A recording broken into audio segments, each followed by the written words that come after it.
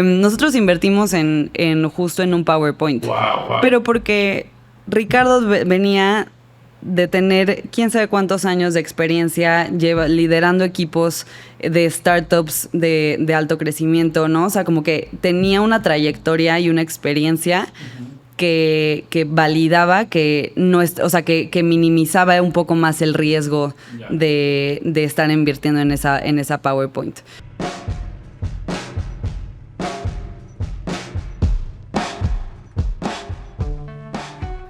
Mi invitada de hoy es Regina Zurutuza, del equipo de 500 Global. Si has estado en algún evento de tech aquí en Latinoamérica, seguramente has escuchado de 500. Y si has estado en algún evento aquí en Ciudad de México, es muy probable que hayas visto o hayas conocido a Regina. Si yo veo que esta persona con pocos recursos ha logrado construir un MVP y ha logrado como validar ese MVP con ciertas personas y me puede demostrar que tiene esa capacidad de ejecución, de análisis, y esa hambre, pues claro que como que lo apoyas y no estás esperando que tenga los millones de usuarios de tracción o los millones de dólares de capital levantado, sino más bien como qué has construido con él. Quise invitarla porque recientemente se convirtió en partner de 500 Global. Y la idea es que nos cuente todo cómo funciona por dentro y así agregar valores, tanto inversionistas que quieran ser parte del fondo, como emprendedoras y emprendedoras que aplican en las distintas convocatorias. Regina, antes de ser partner global, trabajó en el equipo de Portfolio Management, donde ayuda a conseguir inversionistas para el fondo y también a todas las startups del portafolio en temas de producto, estrategia, manejo de equipos y hasta levantamiento de capital. Regina, antes de ser parte de 500, trabajó en Bright durante 3 años, liderando equipos en una startup de energía solar. Sin más, este soy yo y Regina, aquí en Accionables.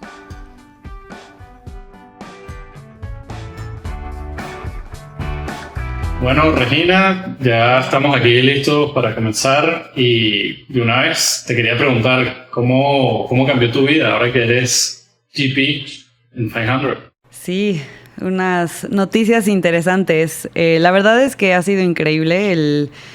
Creo que el compromiso con 500 siempre ha estado desde el día 1 y el equipo pues ha notado eso. Ahora como partner pues ese compromiso se solidifica mucho más y me emociona mucho lo que viene porque eso significa un compromiso a largo plazo, ahora sí que si ya tenía skin in the game, todavía mucho más y nada, es increíble. Creo que como asociarme con el equipo está increíble. Construir un equipo juntos es súper, súper emocionante y seguir creciendo el equipo que tenemos y creo que es uno de nuestros superpoderes. Entonces está increíble pensar que esto es pues ya un poquito más a largo plazo, ¿no? O sea, aquí el compromiso por lo menos es de los siguientes 10 años vamos a romperla con este fondo.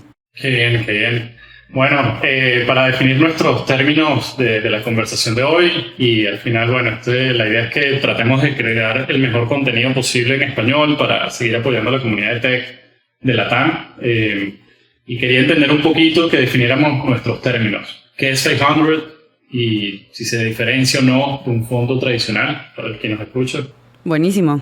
Pues 500 somos como una familia de fondos. Somos, de hecho, el fondo de Venture Capital en etapa temprana más activo del mundo.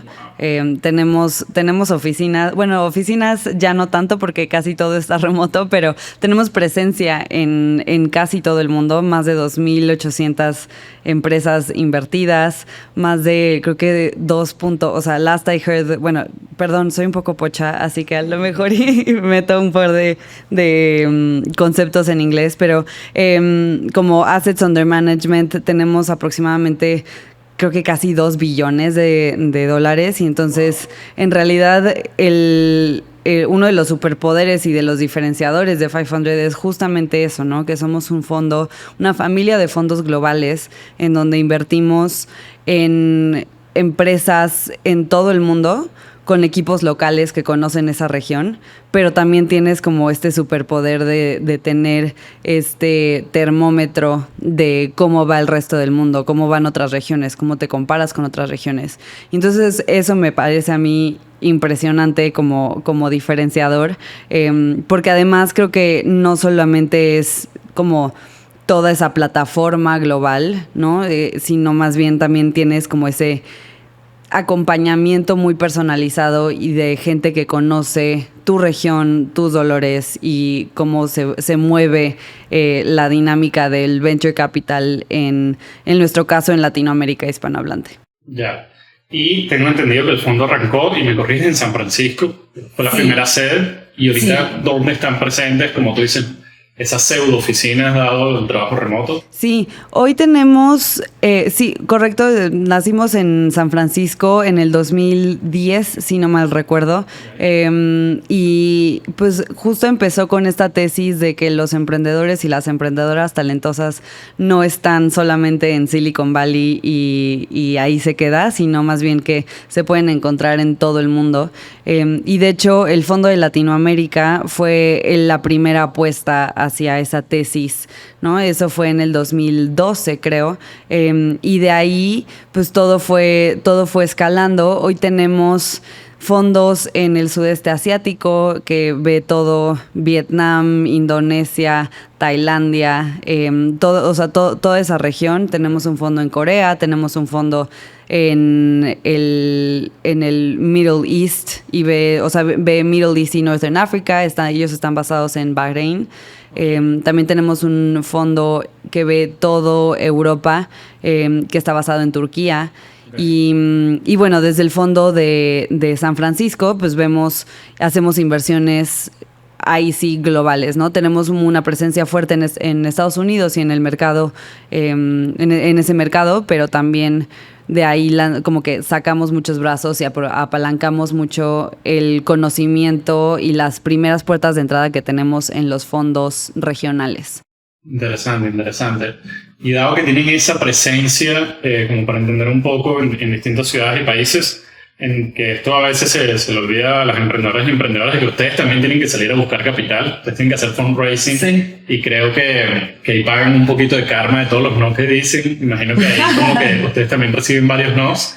Más, yo creo. ¿Y tú crees que ustedes tienen la ventaja de que de repente cuando alguien está haciendo fundraising para el fondo de Estados Unidos o el de Asia que me acabas de comentar, hay un cruce ahí? O sea, como que hay un cross-selling, por así decirlo, de que, mira, un partner o un LP de Estados Unidos le comentamos el fondo de LATAM y también invirtió en LATAM, o cada fondo al final está en esa lucha propia o en esa tarea de buscar capital para su propio fondo. Creo que tocas un tema súper interesante y vas, entonces me voy a explayar un poquito, pero creo que vale la pena como también con este afán de generar contenido de startups para en español. Creo que es importante también como que empezar a definir qué es GP, qué es LP, qué es cómo funciona un fondo de venture capital. Y la realidad es que sí somos como una startup. Nosotros tenemos una tesis de inversión, tenemos un equipo de cofundadores, por así decirlo, los socios o los partners, y estos socios tienen una tesis de inversión, una idea de, yo con $15 millones puedo invertir en 100 empresas y generar retornos como espectaculares para nuestros inversionistas. Y entonces con esa tesis sales a levantar capital que vas a invertir. Y entonces en esa estructura estos socios se vuelven los GPs, que son General Partners, que es básicamente los socios que van a manejar la inversión, cómo se invierte el capital levantado. Y los LPs son los Limited Partners, que son ahora sí que los inversionistas que aportan el capital y que muchas veces sí están involucrados en la dinámica interna del fondo, pero más desde lejos, ¿no? O sea, son, valga la redundancia, como limitados. Y ellos, pues, tienen un rol un poco más pasivo en donde ellos invierten capital y esperan cierto retorno a cambio.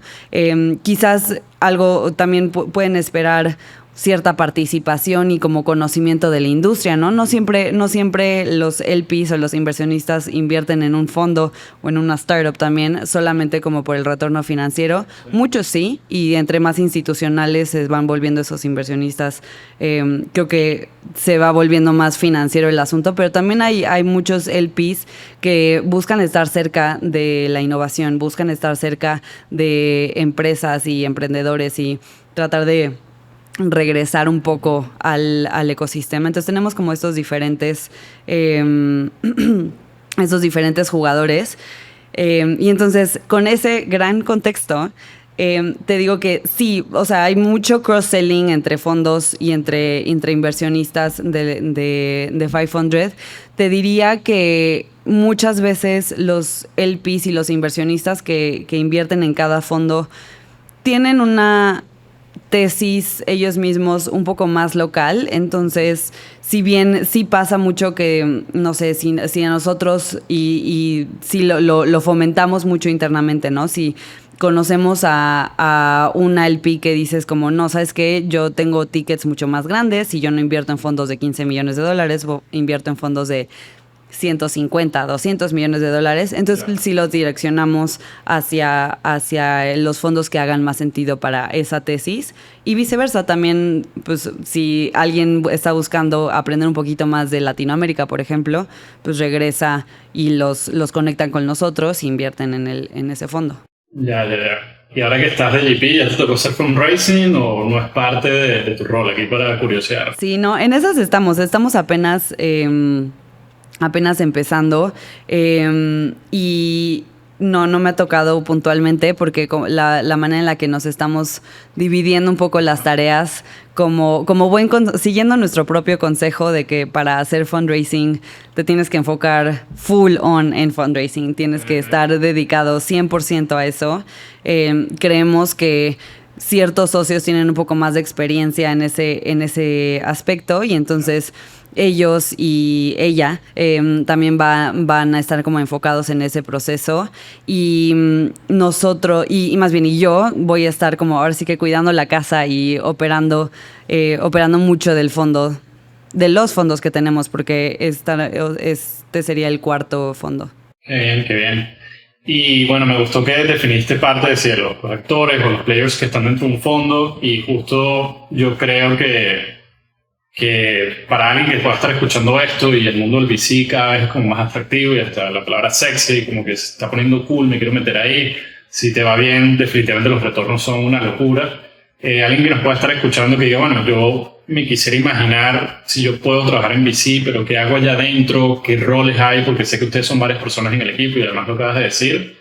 ¿Cómo es más o menos ese día a día de alguna de las posiciones? Porque no daría tiempo de repente de todas. Uh-huh. Para que alguien se imagine si está hoy pensando hacer la transición de entrar a un fondo. Claro. Porque tienes ya años en esto. ¿Cómo lo podrías contar? Creo que para mí lo dividiría en 3 roles muy particulares, y no necesariamente son como exclusivos mutuamente, pero no, o sea, no necesariamente se excluyen, pero creo que está muy claro, ¿no? Tienes el rol de levantamiento de capital, sí, en donde pues tú mismo estás saliendo a buscar LPs para tus nuevos fondos, y ese rol es mucho de, o sea, necesitas tener habilidades tanto financieras como para entender el objetivo de un fondo. Al final de cuentas es traer retornos, entonces tienes que tener ese buen manejo de los números, pero sobre todo tienes que tener un buen manejo de personas, ¿no? Tienes que saber manejar relaciones,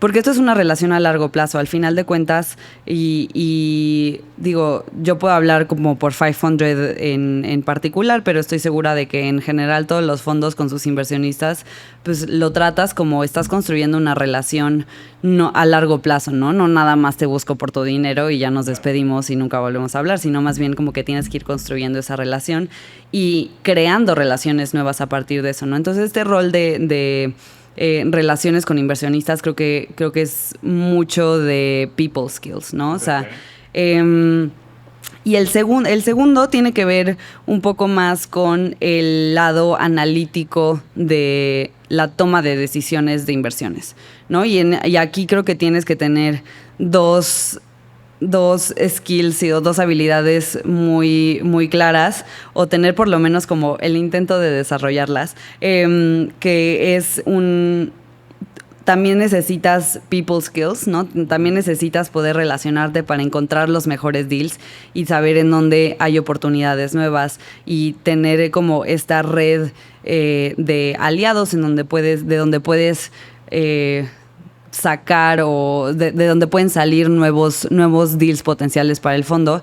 Y también necesitas una mente un poco analítica en donde, y hasta cierto punto cínica, te diría, como que es una mezcla, creo que entre soñador y que ves como el potencial, o que puedes ver el potencial en algo que todavía hoy no existe, pero también puede ser lo suficientemente crítico como para saber cuándo no. Y entonces, sobre todo en etapa temprana, creo que el mix de las dos es muy importante. Y te digo que quizás no necesitas tener o ser un experto en ambos, porque yo misma no creo que nací y como que cuando inicié mi carrera en Venture Capital definitivamente no tenía todas esas skills, entonces creo que las puedes ir desarrollando, pero como que sacar... creo que si tienes muy claro que hacia ahí vas, pues puedes ir trabajando hacia ellas, ¿no?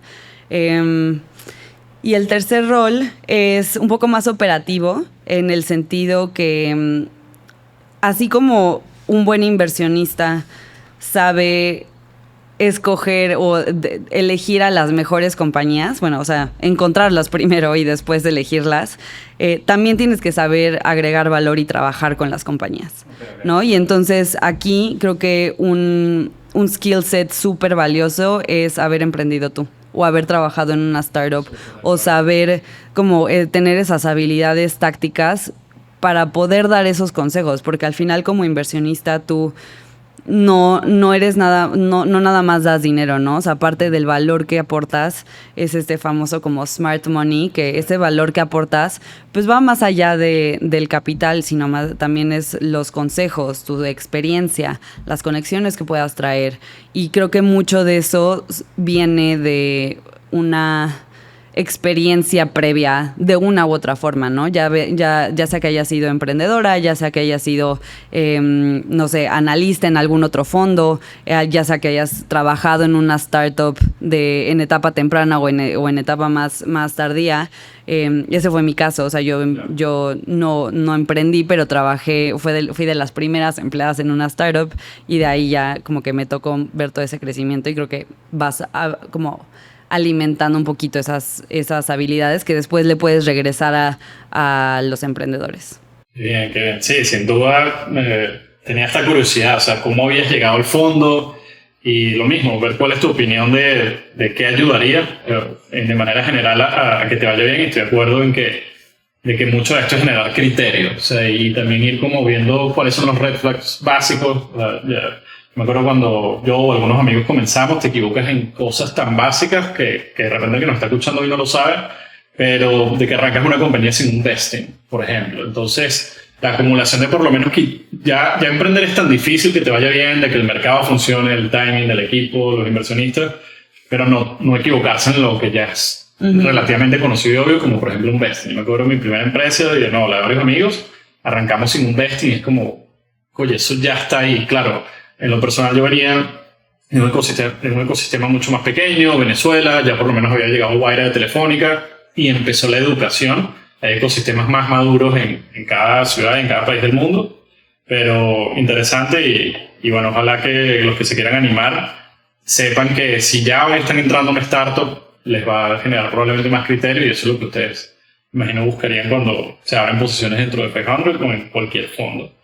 Y nombraste la palabra etapas tempranas, nombraste que hay fondos más grandes. Entonces, 500 dentro del ecosistema de LATAM, ¿cómo lo ves en relación a otros players? ¿O dónde ustedes se sienten más cómodos o más fuertes? ¿Cuál es su sweet spot a la hora de participar en el ecosistema? Seguro. Nosotros, nuestro foco 100% siempre ha sido etapa temprana. O sea, siempre... ¿Qué sería etapa temprana Etapa temprana puede ser desde el famoso PowerPoint, que ya nadie usa PowerPoint, pero se sigue usando el PowerPoint.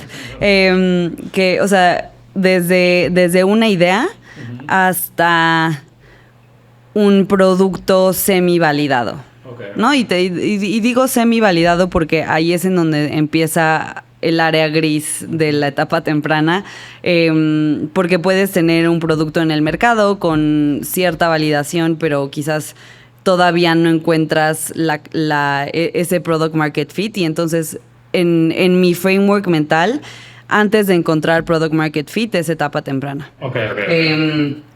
Y product market fit es difícil de definir por sí solo.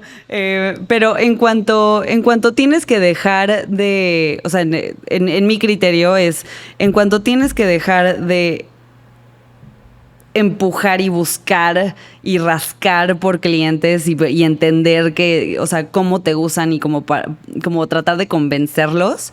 En el momento en el que empiezan a llegar clientes a ti y como que te empiezas a generar ese stickiness, como que ya puedes decir que el mercado te está jalando más que tú empujando el mercado. Creo que para mí ahí es product market fit. Pero regresando a tu pregunta, nosotros estamos en toda esa etapa, en esa etapa temprana. Nuestro sweet spot como tal está teniendo un MVP, ¿no? Quizás ni siquiera un MVP muy robusto, ¿no? Puede ser ahora sí que como un producto mínimo viable con palitos chinos, pero que estés como validando la necesidad y validando este problema que estás resolviendo. Ahí es en donde creemos que podemos encontrar, más bien aportar un poco más más valor, porque de ahí creo que se puede experimentar muchísimo, y que hemos invertido en Latinoamérica solamente en más de 200 compañías, ¿no? ¿En cuánto tiempo? En 10 años. Wow. Entonces, toda esa experiencia pues la hemos ido acumulando y tratamos de como traerla a los emprendedores y evitar justo que cometan esos errores que quizás se los podemos ahorrar, pero justo nuestro sweet spot está ahí. Con los años y con la experiencia que hemos ido generando, no solo en Latinoamérica, sino en el mundo, en diferentes regiones, hemos estado haciendo o ido construyendo quizás vehículos un poco más grandes para etapa más tardía, pero siempre empezando con el core, que es el etapa temprana, ¿no? Es en donde podemos aportar más valor, en donde creemos que hay muchas oportunidades y realmente ahí creo que podemos mover un poco más la aguja. Ya. Bueno, anoté aquí como 3 preguntas para irlas abriendo.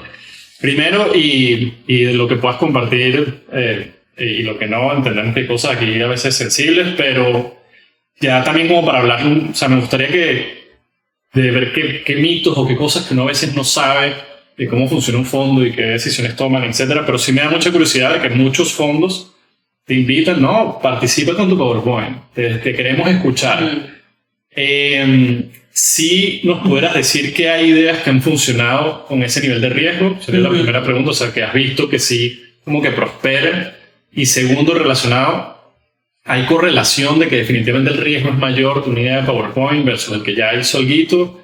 Sí. Y de nuevo, si no hago follow-up de nuevo, y si ustedes a la hora de invertir precisamente como que distribuyen el riesgo y dicen, estoy aquí inventando, un porcentaje lo vamos a hacer a ideas de PowerPoint de alto riesgo porque hay más incertidumbre, vamos a distribuir parte del portafolio en VPs y vamos a distribuir parte del portafolio el que está cerca del product market fit que acabas de decir. ¿Ustedes sí juegan esas cartas así allá adentro? De cierta forma sí. O sea, creo que como que contestando la primera pregunta en términos de si una PowerPoint tiene más riesgo o no, creo que ahí es en donde el equipo es lo más importante, ¿no? La idea per se no es tan relevante, o sea, obviamente sí juega un rol muy, muy importante, pero te diría que es como 20-30% de la decisión. O sea, invertir en un PowerPoint, la verdad es que muchas veces tiene que ver con la experiencia del equipo. O sea, si es tu primera startup y que que te inviertan en un PowerPoint va a ser mucho más difícil porque el riesgo ahí sí es mucho mayor, ¿no? Yo no sé cómo ejecutas, yo no sé cómo piensas el tamaño de mercado, yo no sé cómo si sabes contratar, si sabes manejar un equipo, ¿no? O sea, ahí es en donde juega la experiencia previa un rol increíblemente importante. Entonces te diría que para levantar capital con PowerPoints tienes que tener una respuesta muy clara a esa experiencia. Okay. Y te doy un ejemplo, ¿no? Nosotros invertimos en un PowerPoint de Justo. Justo del supermercado. Sí, de Justo MX, anuncio, el anuncio publicitario. Nosotros invertimos en Justo en un PowerPoint. Wow. Pero porque Ricardo venía de tener quién sabe cuántos años de experiencia liderando equipos de startups de alto crecimiento, ¿no? O sea, como que tenía una trayectoria y una experiencia que validaba que que minimizaba un poco más el riesgo de estar invirtiendo en esa PowerPoint, ¿no? Y entonces creo que si ya tienes esa experiencia, creo que es mucho más fácil levantar con una idea. Okay. No, en mi opinión personal, no siempre es lo más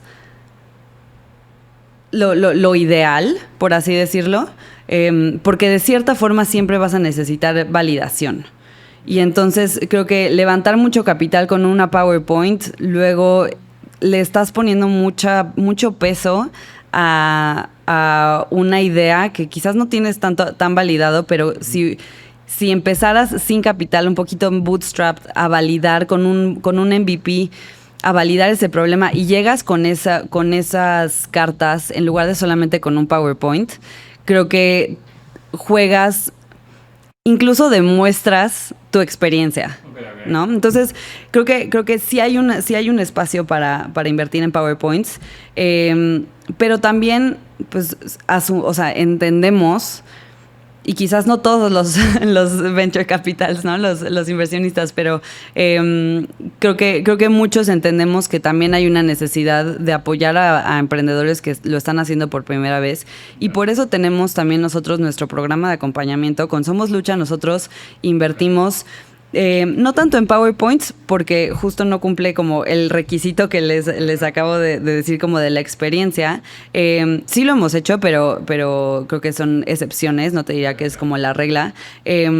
Pero también por eso existen como oportunidades como Somos Lucha, en donde pues con todo ese acompañamiento intensivo, pues ahí sí puedes cometer errores con un poquito de colchón detrás. Ayuda ¿no? ahí de los partners. Exacto.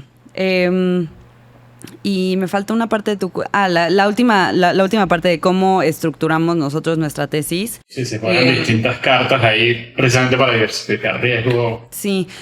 No te diría que lo pensamos como tanto PowerPoints o MVPs o como que tanto en esa línea. Por ejemplo, para nuestro tercer fondo que ahorita estamos terminando de invertir, nosotros tenemos la tesis de invertir en más o menos como 130 empresas, tickets de entre 50 y $100,000. Y aquí nuestra tesis para justo diversificar este riesgo es en 100 empresas vamos a invertir con Somos Lucha, con los programas de acompañamiento que tenemos, en donde podemos tomar estas apuestas quizás un poco más locas o como que más grandes, pero que tienen un upside mucho más grande, ¿no? Y también aquí no te diría que está como en la tesis escrita, pero en nuestra cultura como fondos y como fund managers está mucho en entender que hay mucho valor en los emprendedores y en las emprendedoras que quizás no caen en el molde perfecto de como ex MBA, ex Uber o ex como fill in the blank. Y que hay mucho valor en emprendedores que están viviendo el problema en carne propia y que quizás no tienen como esa experiencia, pero tienen esa capacidad de ejecución y ese feeling de resolver ese problema, y ese como esa alma emprendedora. Entonces ahí hay, nuestra idea es hacer 100 inversiones en ese lado, que son un poco más riesgosas, y 30 que más que en PowerPoints o no PowerPoints o como más que en la etapa, invertimos en equipos que quizás ya tienen un track record un poquito más validado y que quizás por ese mismo track record están levantando una ronda que no se acopla a lo que ofrecemos con Somos Lucha, o con un equipo que quizás no necesita tanto acompañamiento y podemos trabajar con ellos un poquito menos intensivo, por así decirlo. Interesante. Y hablaste de que, bueno, ustedes mismos han tenido aprendizajes desde las inversiones que han hecho. Seguramente, como tú dijiste, son también emprendedores, levantando capital, invirtiendo, tienen un producto que son sus programas y cómo ayudan y cómo invierten en una serie de cosas.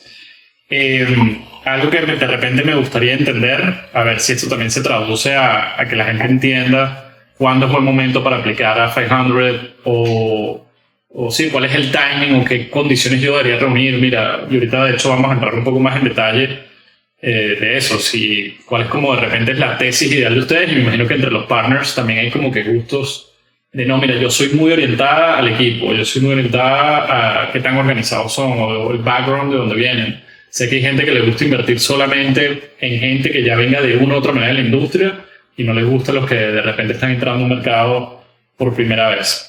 Pero yendo a la pregunta, ¿cuáles han sido de repente esos aprendizajes? Y ver si esos aprendizajes se conectan a que el que nos esté escuchando diga, mira, parece que yo calzo de una u otra manera en esa tesis, con ese perfil de emprendimiento, de emprendedores que está buscando 500.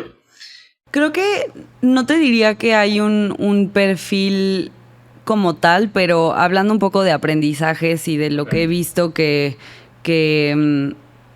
no solo hace buen fit con nosotros, sino en general son indicios de poder construir una startup exitosa, es entender, creo que son dos cosas, bueno, tres cosas en realidad. O sea, creo que lo primero es el como founder problem fit. ¿No? Y hay un artículo muy bueno que ahorita se me olvidó, pero igual lo podemos como linkear por ahí, pero que habla que muchas empresas y muchos emprendedores están tratando de buscar este famoso product market fit, pero también hay como product founder fit, ¿no? Market founder fit, y entonces como que todas esas variables creo que también son importantes de entender. Para mí lo más importante es que él o la founder entienda muy bien el mercado en el que está emprendiendo. Y no te diría que si es la primera vez que una founder está, no sé, con un background financiero metiéndose en una startup de salud, no te diría que es como un red flag para nada, pero tiene que haber un insight, ¿no? O sea, tiene que haber un insight de decir como, es que yo sé que por X, Y, Z razón que he visto en mi vida profesional o en mi vida personal, sé que se puede solucionar así, ¿no? Y ese insight creo que es muy, muy valioso. La segunda parte es el como saber evaluar o saber como no tanto calcular, pero medir si es un mercado lo suficientemente grande para un fondo de venture capital. Okay. Porque creo que eso es un error que pasa mucho, que hay empresas que buscan fondos de venture capital y se decepcionan mucho cuando los rechazan porque les dicen como es que el mercado no es tan grande. Sí. Y al final eso creo que es retador porque implica mucho como foresight, ¿no? O sea, como que esa habilidad como de pensar un poquito más a largo plazo, pero también en dimensionar como el tamaño del problema y también saber muy bien si estás emprendiendo en un mercado que va a ser venture backable, ¿no? O sea, VC backable. Porque no hay nada mal en construir una pyme, ¿no? O sea, puedes construir un gran negocio. Pero si estás levantando fondos de venture capital para un negocio que es una pyme, Pues es un poco como esta expresión en inglés que dice como fitting a square peg in a round hole, ¿no? O sea, es como tratar de como hacer ese juego de niños chiquitos que estás tratando como de meter una forma que no va ahí, que no va a entrar por más que le intentes. Y entonces pues viene mucha frustración detrás de eso. Entonces el mercado creo que, y el entender como tu modelo de negocio y de lo que quieres construir, tener claridad de eso es muy importante. Y lo tercero te diría que también entender que estás construyendo un equipo, ¿no? Y por eso no confundir como el contratar a un chorro de gente y entre más grande, más empleados tenga, es un índice de éxito de mi compañía para nada. Creo que puedes tener una compañía increíblemente exitosa con 3 personas construyendo producto increíblemente bien, ¿no? Pero incluso si son 3 personas, tienes que saber, número 1, encontrarlas, ¿no? Contratar y manejar ese equipo. Y creo que eso luego es difícil o lo dejan un poquito de lado. Bien, bien. Pues tocaste 3 temas que me encantan y creo que cada vez van saliendo más en las conversaciones. El que dijiste a mí me fascina, el de Product Market Founder Fit, si quisiéramos como que mezclar todo, porque al final sí, o sea, necesitas un nivel de convicción primero importantísimo de tu industria, eso lo van a sentir ustedes o no. Luego, creo que yo he visto que a ustedes les gusta, o a un inversionista, que el equipo emprendedor te enseñe algo a la industria, que tú digas, wow, yo que he escuchado de todo, este montón de pitches y que me voy a 1000 reuniones y que me dedico a esto, estos founders nos están educando en áreas que nunca habíamos considerado. Ya es como que a veces es un buen indicio de que sí estén yendo tips en su industria. Y ya luego los que dijiste sí creo que los he escuchado más, pero siento que hay que recordarlos, de que la famosa métrica de cuánto dinero levanté no significa necesariamente nada, puede ser un vanity metric totalmente. Y luego la cantidad de personas en el equipo, que a veces vemos a personas que se les infla el pecho o el ego diciendo, no, aquí ya somos 100, ajá, y eso es lo óptimo, o sea, eso no necesariamente es un buen indicador. Y hablando de este tema de que no necesariamente hay que salir a buscar venture capital, o sea, de hecho yo trabajo ayudando a empresas de tecnología y recientemente han llegado e-commerce en los Estados Unidos que son cero venture backed y venden millones de dólares literalmente, que cuando yo los comparo con otros negocios venture backed, tú dices, wow, mira, es que esta gente sí entendió una necesidad del mercado, supo construir el equipo, el producto, y además le está yendo buenísimo. Que yo creo que de repente para animar a esas personas que le están diciendo que no hay con venture backed, primero que revisiten el negocio y piensen, mira, definitivamente yo puedo salir adelante sin esto, o con inversionistas más pequeños, o con hasta préstamos en el banco, que sé que cada vez más gente a veces lo hace. Yo creo que una súper variable ahí, y lo saco en un libro que no sé si se te ha atravesado por ahí, se llama The Minimalist Entrepreneur. Lo escribió Sahil. Es el título, pero no lo he leído. Súper bueno, verdad que lo recomiendo a todo el mundo. Se llama eso, The Minimalist Entrepreneur, y lo escribió el founder de Compro. Y él se fue por un path de comprar a sus inversionistas y buscar que el negocio sea 100% rentable desde el día cero. Y yo creo que a veces algo que se olvida ahí es que, mira, si tú haces un negocio rentable rápido, primero tienes menos cuentas que rendir a más gente, tienes el control total de tu empresa, que también es como que un gran atributo. Y a veces se nos olvida que vemos startups con unas valuaciones increíbles, pero no necesariamente los founders o los dueños de la empresa están teniendo buenos salarios. Entonces, yo, digamos, como una inspiración ahí a los que de repente no están haciendo un negocio venture back, hay gente haciendo muy buen dinero, pagándose muy buenos salarios, tienen mucha libertad de su negocio, y sí, de repente no van a cumplir el sueño de que su negocio valga billions o ellos sean billionaires, pero les va a ir muy bien económicamente. Sí, es que ahí creo que tocas un tema muy importante, que es como cumplir el sueño, ¿no? O sea, exacto. Creo que la pregunta más importante que te tienes que hacer es ¿qué quiero construir? ¿No? O sea, como ¿cuál es esa visión y qué quiero cumplir o qué quiero lograr con mi emprendimiento? Sí. Y creo que cualquier respuesta está bien, ¿no? O sea, no hay una respuesta equivocada, pero creo que lo que está mal es no preguntártela, no hacerte esa pregunta. Y entonces como, o sea, si tú quieres un negocio de donde puedas vivir tranquilamente y pagarte un buen salario y sí vender millones y sí tener, o sea, sí construir quizás un patrimonio como a una empresa que no, o sea, no por ser una pyme, como dices, no significa que vas a tener solamente como un lugarcito en una calle y vas a vender peanuts o sea, no, para nada, ¿no? O sea, creo que puedes construir un negocio increíblemente interesante, valioso y grande, pero si tu visión es justo eso, ¿no? O sea, es tener mucho ownership de esa empresa, tú ser el dueño o la dueña que toma las decisiones, ¿no? Ser como pues sí, como dueño de tu tiempo, por así decirlo. Creo que se puede cumplir perfectamente con diferentes tipos de recursos. Pero creo que también por el otro lado, si eres un emprendedor que estás enamorado de un problema, de resolver un problema muy grande, y estás dispuesto a meterle, a sacrificar muchas cosas por esa visión y por ese sueño de quizás... Puede ser un sueño de resolver un problema muy particular o puede ser el sueño de volverte un billonario y de salir a bolsa y creo que entender cuál es tu visión de lo que quieres construir. Si quieres construir eso, entonces sí tienes que hacerte las preguntas de cómo construyó una startup como VC backable, ¿no? Normalmente eso pues, sí o sí tiene que venir con tecnología. O, bueno, muchas veces.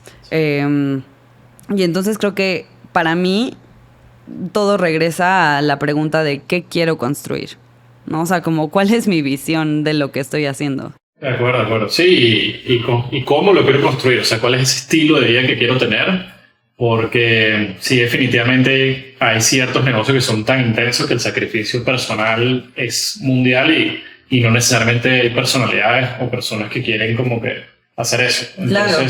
Y también creo que tener la expectativa es importante, ¿no? Y escuchar y saber. Y creo que cada vez más se habla mucho más, pero creo que también no idealizar ningún escenario, ¿no? O sea, creo que también es increíblemente difícil construir una pyme exitosa, también es increíblemente difícil construir una startup exitosa, para todo tienes que sacrificar cosas, pero creo que la clave está en saber qué estás sacrificando. Y eso a mí me encanta que últimamente he visto que se habla mucho más de el lado no sexy o el lado no tan llamativo de emprender, que está bien. O sea, a ver, creo que no hay que idealizar nada, ¿no? O sea, como mucho de las recompensas o llegar a grandes cosas y construir un negocio muy sólido viene con sacrificios, pero si sabes cuáles son y un poco vas construyendo y tienes las herramientas para hacer esos sacrificios, creo que se vuelven menos sacrificios y más como inversiones de tiempo o de capital o de como fines de semana, por así decirlo. Buenísimo, buenísimo. No, me encantan todos esos reminders y como dices tú, creo que primero hay que comenzar por hacerse la pregunta, así que bueno, los invitamos a que piensen un poco qué modelos de negocio seguir y hasta indagar en esa parte oscura que tú dices de, mira, definitivamente cómo es emprender. Una de las cosas que yo he visto y a veces trato de comunicarlo en Twitter o amigos, etcétera, porque, sí, es que la gente que está emprendiendo tiene demasiado tiempo, son dueños de todo lo que hacen y no necesariamente porque eres relativamente esclavo de algo que depende de ti demasiado, porque es muy frágil, es muy pequeño, no tiene suficientes recursos y hay como muchos mitos ahí que yo creo que a veces hay que hablar. Uno de los que yo a veces veo y me encantaría conseguir ese tweet, una vez un americano puso en Twitter que hizo un estudio, una correlación de cuántos emprendimientos les ha ido bien y veían que mucha gente que le va bien es porque a veces venían de familias con muchos recursos económicos. Entonces, claro, esas personas tienen mucho más tiempo para intentar, tienen más acceso a capital, que a veces es importantísimo dependiendo de la etapa del negocio, o a veces tienen más sangre fría precisamente porque el riesgo es menor. Dicen, bueno, mira, si este proyecto le va mal, yo tengo al final un negocio familiar con el que voy a poder seguir adelante, Y sin duda creo que a veces, y depende del caso, pero puede ser tanto tu mejor amigo, porque precisamente vas a hacer apuestas mucho más grandes, o vas a permanecer más en el tiempo. Sin embargo, creo que el otro lado de la moneda, porque no es perfecto, es que te puede faltar hambre, o te puede faltar ese drive, mira, sí me la tengo que jugar, o decir, wow, en verdad me queda un mes de runway y ahora sí vamos a tener que prender el bombillo y qué vamos a hacer para sobrevivir. Entonces, creo que hay dos lados ahí de la moneda. 100%. A mí, como el framework mental que me gusta usar en esa situación, y eso es algo que aprendí, creo que desde el día 1 que entré a 500, me dijeron esto y me voló la cabeza porque me pareció la mejor manera de pensar justo este acceso a recursos, ¿no? Porque, digo, yo vengo de un contexto en donde quiero tener un impacto positivo en el mundo en el que estoy, ¿no? Y creo que también como que por mucho tiempo yo pensé como el VC como, no, es que es el lado oscuro, ¿no? O sea, como estos chamos, como dirías, estos chamos solo están como buscando hacer plata, buscando hacer dinero. Y entonces como que mucho tiempo pensé que no estaba ahí. Y creo que ha cambiado mi percepción muchísimo porque creo que hay diferentes maneras de tener un impacto y justamente, digo, hay unas cosas que quizás como que mueven la aguja un poco más que otras, pero sin duda crear empleo ya estás generando un impacto positivo, ¿no? Pero bueno, eso es como otro tema. Lo que quería decir es como este framework de acceso a recursos, o sea, algo que yo siempre me pregunto cuando estoy hablando con un emprendedor o con una emprendedora es como, ¿de dónde están empezando? ¿No? O sea, como ¿cómo está ese acceso a recursos? ¿Y qué han hecho con eso? ¿No? O sea, ¿qué han logrado con los recursos que tienen a la mano?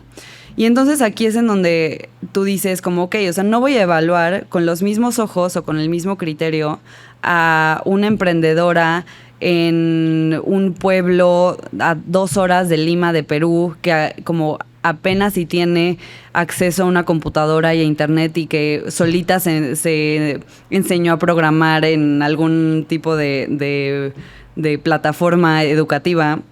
Y entonces como que no voy a evaluar con el mismo criterio a esa persona que a un ex MBA de Stanford que tiene acceso a capital y que fácilmente, porque tampoco es como que lo estoy minimizando, o sea, tiene más probabilidad o más acceso a capital y a educación y a recursos.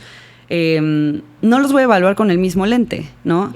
Pero si yo veo que esta persona con pocos recursos ha logrado construir un MVP y ha logrado como validar ese MVP con ciertas personas y me puede demostrar que tiene esa capacidad de ejecución, de análisis, y esa hambre, pues claro que como que lo apoyas y no estás esperando que tenga los millones de usuarios de tracción o los millones de dólares de capital levantado, sino más bien como qué has construido con esto.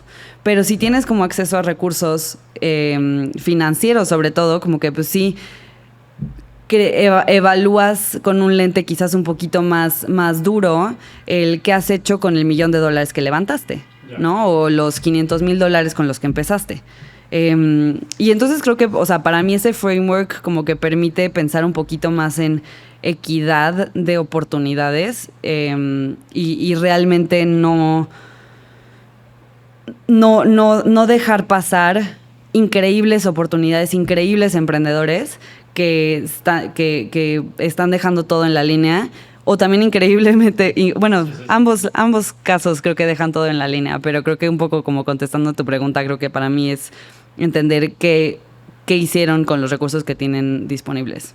No, mira, si 500 piensas así y tú como parte del equipo, ya soy fan del fondo sin duda y del equipo, me encanta, o sea, ahora me emociona mucho pensar que están viendo como ese delta, ¿cuál es el delta que tú lograste de donde arrancaste hasta donde has llegado? Porque definitivamente, y así es la sociedad, o sea, cada quien arranca como que en una etapa distinta, más avanzado, más atrasado. Yo no sé si una vez te salió en Facebook, cuando yo usaba Facebook, un video Ya me vas a contar de High Five y de High Five lo usé un poquito y el que sí usé muy poco fue MySpace. Pero igual entré curioso a ver lo que era. Pero me acuerdo que una vez me salió un video que ponían como que a 100 estudiantes todos en una misma línea, como un campo de fútbol americano, y después sale como que un coach con un pito y entonces dice, bueno, den un paso hacia adelante los que fueron a high school. Den un paso hacia adelante los que estudiaron en universidad. Den un paso hacia adelante los que están en países avanzados. Den un paso hacia adelante los que viven en tal tipo de urbanización, tal tipo de familia. Y se iban generando esos gaps entre el grupo. Y después digo, ok, ya estamos listos. Ahora cuando suene el silbato, vamos a correr hacia la meta. Y obviamente había unos que arrancaron muy atrás y pasaron a los que iban adelante. Unos que arrancaron muy adelante que llegaron muy primeros.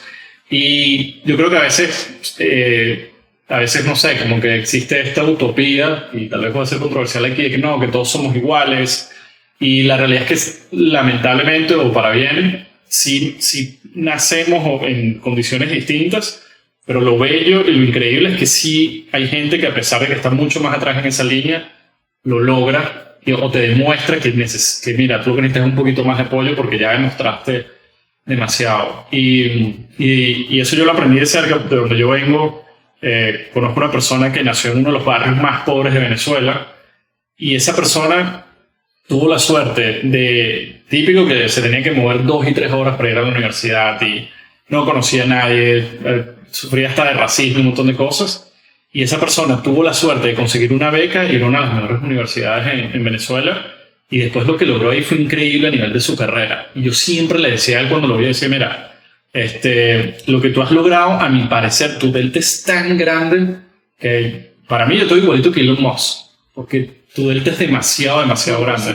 Entonces, oye, si de verdad lo están haciendo así, como que tratando de llevar peras y manzanas como un mismo criterio, framework, como dices tú, oye, me emociona muchísimo porque sí creo que hay que tener ese ojo crítico y entiendo que de parte de ustedes es como más safe irse por el que está más avanzado, el que tiene más acceso a recursos, pero oye, si están apoyando ese otro tipo de emprendimientos, de verdad que los felicito y los admiro mucho por eso. Y creo que es parte de la naturaleza del venture capital, ¿no? O sea, creo que también luego caemos y después de años como el 2021, como que te das cuenta un poquito más, ¿no? Pero, o sea, venture capital nace de querer tomar riesgos muy grandes, ¿no? O sea, de realmente como cambiar el status quo, tener como esta famosa como idea contrarian, ¿no? O sea, como de decir, no, es que esto no funciona como creemos que funciona, que lleva funcionando,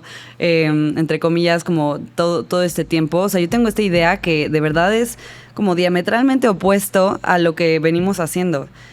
Y creo que en esta ola de levantamiento de capital y de, como dices, como tener como ciertos vanity metrics y de idealizar de cierta forma el emprendimiento, como que caemos en la idea que si cumples cierto molde de emprendedor o emprendedora y tienes como acceso a recursos y levantas una ronda increíble presemilla y después como que contratas a las mejores ingenieras del mundo y tienes a los mejores VCs ahí y o sea como que si cumples esta receta vas a construir como la siguiente startup más exitosa.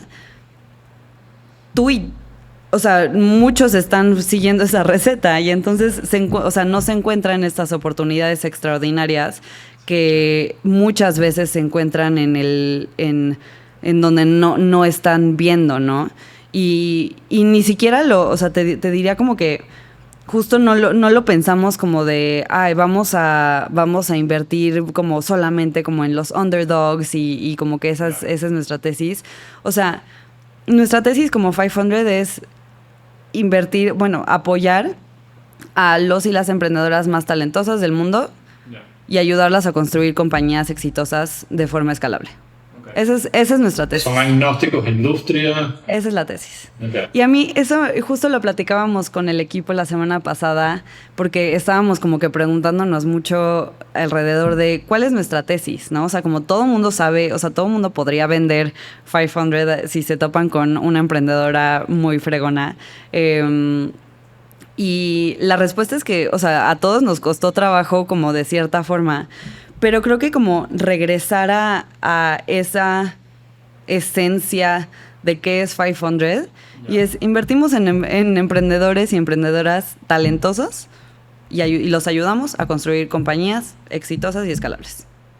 Y creo que eso como engloba muchísimo, ¿no? O sea, engloba que no importa de dónde vienes, no importa qué recursos tienes, no importa como si estás en Silicon Valley o no, si fuiste en MBA o no. O sea, como que para mí como que regresar a esa raíz sí fue como un aha moment de decir como, a ver, va a sonar muy cursi, pero como this is 500, ¿no? O sea, eso es como la esencia de lo que hacemos. No, y claro, porque al final ustedes tienen su cultura que seguro va cambiando y si ustedes quieren tener un equipo alineado hay que empezar por cuál es la esencia, cuál es la misión, por qué estamos aquí, para ver si entonces la gente está alineada y el que no, como siempre, es mejor que busque una misión donde sí esté alineado. Otro ejemplo más de por qué sí somos una startup también. A ver, porque convéncenos. No, porque o sea, una startup tiene ese mismo reto.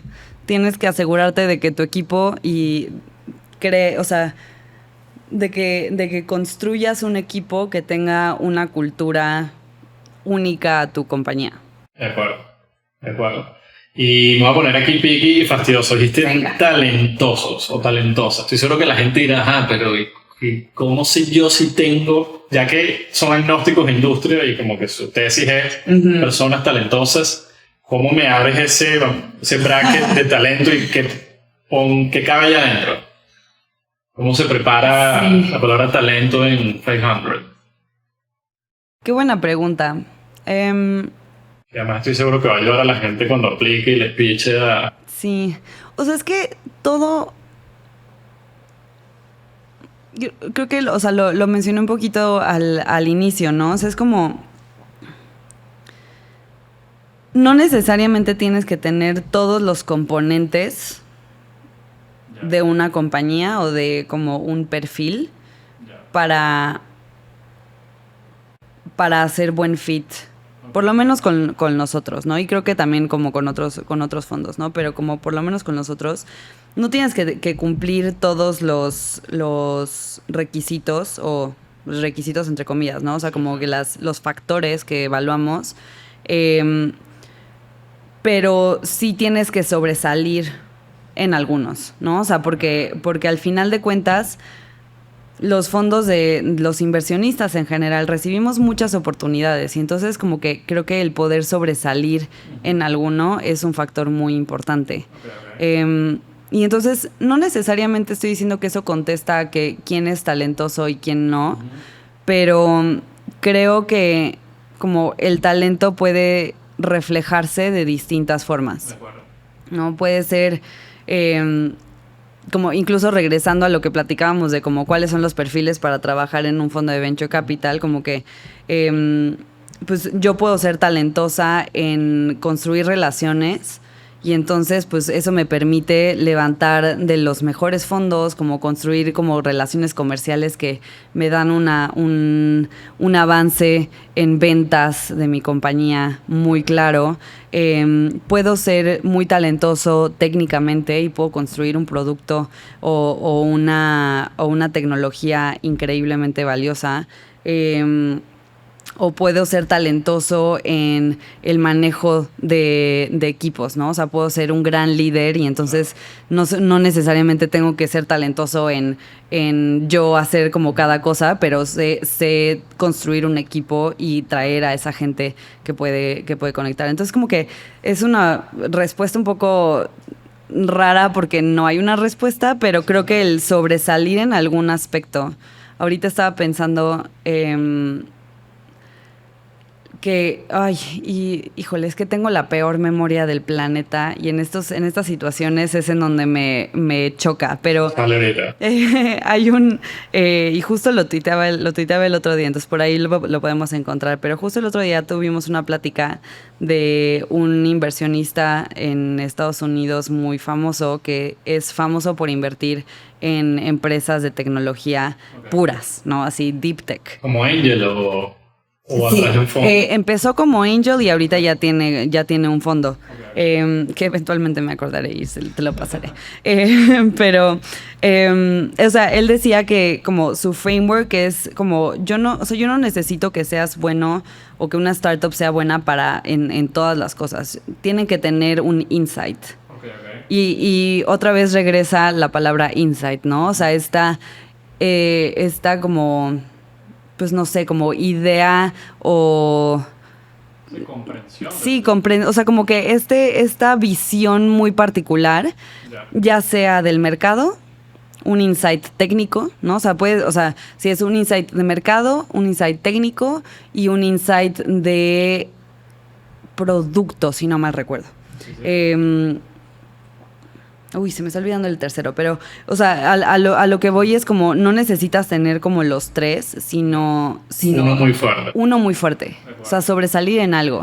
De acuerdo. No, está súper bien porque al final, me gusta a veces citar algunas cosas. Qué bueno que tú sí te acuerdas de a quién estás citando y no como yo, que traigo aquí 1000 ejemplos de gente que no me acuerdo. Créeme que estoy citando los que me acuerdo y otras cosas que digo, que se me olvidan. Hay un paper que recomiendo muchísimo del famoso tipo que se llama Michael Porter, que en su época fue como el creador de la estrategia, le dicen el padre de la estrategia.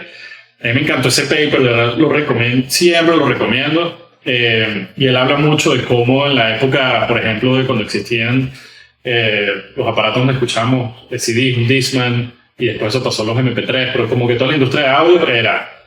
si no mal me acuerdo, era Panasonic, era Sony, era Aiwa, todas estas marcas que ahora donde carrizo están. Y él hablaba de que estas empresas al final las innovaciones eran relativamente pequeñas y por lo tanto eran fáciles de alcanzar. Las otras y todos al final, él habla de una teoría de convergencia. Todo el mundo converge a lo mismo porque todos se parecen. Y después, bueno, sale el famoso Apple, el famoso iPod, donde no solamente apuestan al branding como logos, que los que somos fanáticos de Apple lo vemos, pero también en el UX de cómo se usaba el dispositivo y una serie de cosas, porque esas empresas primero convergían en la parte de CDs, después convergieron en la parte de MP3 y sale como el manejador de MP3 de Apple y lo logra. En ese paper también habla de los casos de las aerolíneas. Uno muy famoso ahí es el de Southwest Airlines, que en Estados Unidos se fue un nicho muy específico, buscó ahorrar costos en unas cosas. Y el gran resumen de este paper, que lo invito mucho a leer, es que él dice, mira, la mejor estrategia es hacer los mejores o los más grandes trade-offs que tú puedas. Porque al hacer trade-offs, precisamente estás dejando de sacrificar un montón de cosas para hiper especializarte o ser hiper diferenciador en lo que sea, como tocas decir. Puede ser estrategia de pricing, puede ser ubicaciones literalmente geográficas en el mercado, el equipo cómo lo configuro. Y él habla también ahí de IKEA o IKEA, que además ahora está aquí en México, de cómo ellos también hicieron adecuaciones distintas, reduciendo costos en la manera de que tú mismo eliges tus productos y un montón de cosas. Pero sí creo que el que nos pueda estar escuchando, esto que tú dices, que estoy muy de acuerdo de que, mira, al final, ¿cómo logras ser un outlier en algo para que no te alcancen tan fácil? Porque hoy por hoy, ahora que todo es tan accesible, la información, cómo hacer una y otra cosa, vas a tener que volverte raro en algo, por así decirlo, para que, oye, la gente diga, no, mire, yo no estoy dispuesto a hacer esos cambios. Y creo que al final se traduce en una hipersegmentación que, al menos creo que las hipersegmentaciones ayudan en early stage porque sales pequeño, con pocos recursos, un producto relativamente malo porque es muy nuevo y los actuales te comen. Sí, las famosas barreras de entrada. Exactamente. Y defensibility, como creo que a veces era la pregunta que más me costaba cuando te decían, bueno, ¿cuál es tu defensibility para este producto? Y dices, wow, ¿cómo respondo a eso? Porque al final es difícil lograr tener unas verdaderamente fuertes. Y bueno, ahorita me gustaría entrar como a una parte como que la gente lo escuche y que el que nos vea sienta que es como muy práctico, muy pragmático y muy accionable, que es, bueno, cómo lograr que un fondo como ustedes les diga que sí. Entonces quiero hablar un poquito de los que sí hacer y que no hacer al momento de contactarlos a ustedes, a la hora de sentarse, ya no usar PowerPoint, aunque sí, todavía la gente lo usa, pero bueno, Google Slides, o una que me encanta a mí que se llama pitch.com. En tu experiencia, y podemos hablar de tantas como tú quieras, ¿cuáles, si quieres empecemos por red flags? O sea, o cosas que definitivamente tú dices, oye, mire, eviten ser desorganizados a la hora de compartirnos un data, porque eso ya habla de ustedes. Sí. El pitch, hagan tal cosa. O sea, tú personalmente, ¿cuáles podrás recordar ahorita que para ti son como un no? Tú dices, no, mira, si me llega un pitch de tal manera de que cuando pregunto cómo calculaste el tamaño del mercado y la respuesta no tiene un mínimo de racional por atrás, porque a veces esa pregunta es muy difícil, tú o 500, ¿cuáles pueden ser esos red flags a evitar? Creo que, y este sí es bastante personal.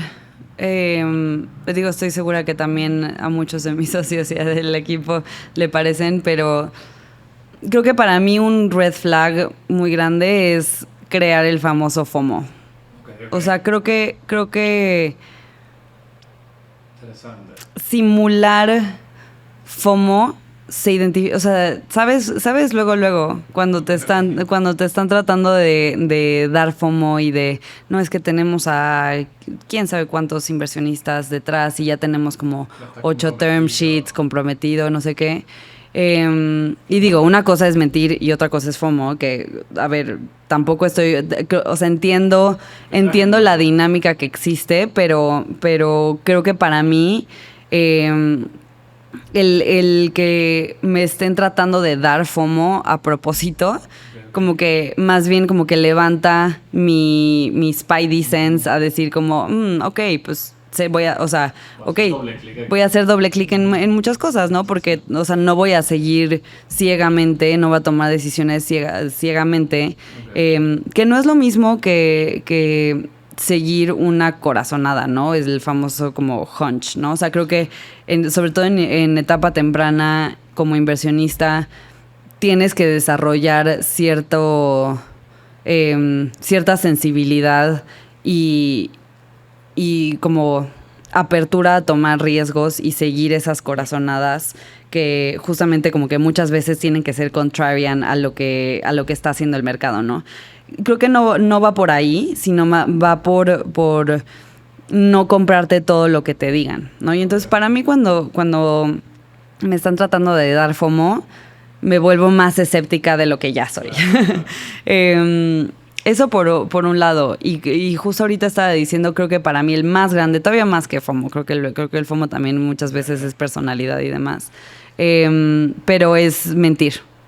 Okay. O sea, creo que eso es para mí el biggest red flag. Y muchas veces me pasa y sobre todo en procesos o sea, nuestro proceso de aplicación para Somos Lucha es bastante estandarizado y está hecho como a propósito, ¿no? O sea, entendemos que las cosas no son como blanco y negro, pero te damos un espacio para contarnos en qué tono de gris estás. Y muchas veces por miedo a no seguir adelante o no, o a que te juzguen como por ese solo data point. La mayoría de las veces lo he visto en el cap table. En el cap table creo que es lo que más he visto que la gente como que a los emprendedores no les da miedo, y entendible, porque sí es un factor muy importante al tomar una decisión de inversión, pero el mentir en cosas tan importantes como esa, creo que se vuelven para mí no solo un red flag, sino realmente como una alerta, ¿no? O sea, es porque creo que lo más importante de entender es no solo estás recibiendo dinero, te estás asociando con alguien, ¿no? Y entonces vas a tener a ese alguien en tu vida profesional y muchas veces personal por los siguientes 10 años. Entonces, empezar con una mentira así, creo que solamente como que, número uno, muchas veces sale a la luz, sooner rather than later, y te quemas. Creo que innecesariamente cuando, sobre todo en etapa temprana, si eres muy como upfront de la situación en la que estás viviendo, pues se puede encontrar una solución, ¿no? O sea, de verdad que para una parte muy importante de mi trabajo y de mi rol seleccionando empresas es tratando de encontrar el cómo sí. Okay. O sea, y justo ahorita lo estoy viviendo mucho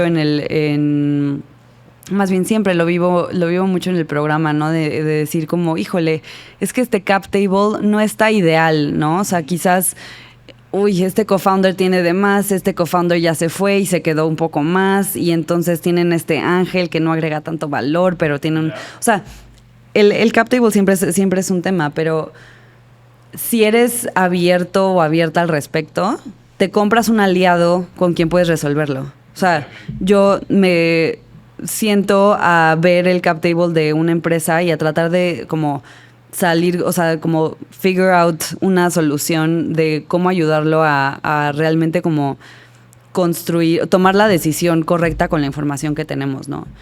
Que es muy diferente a, ok, pues ya te dijimos que sí, está todo perfecto, y de repente sale la sorpresa de como, no, es que, y voy a decir un ejemplo como al aire, ¿no? Pero, no, es que no tienes 80% de tu empresa, tienes en realidad 60 o 40.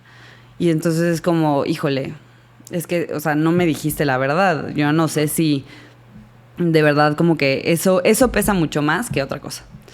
Es una larga respuesta a un red flag, pero creo que es muy importante. ¿Cuál es otro?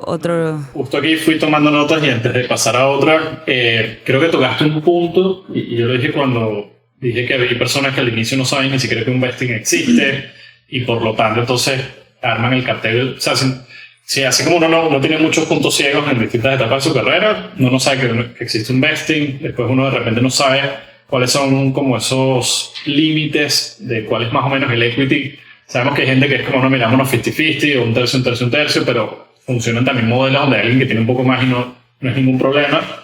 Pero hablemos de repente para ayudar a esas personas que ahorita ya armaron un cap table.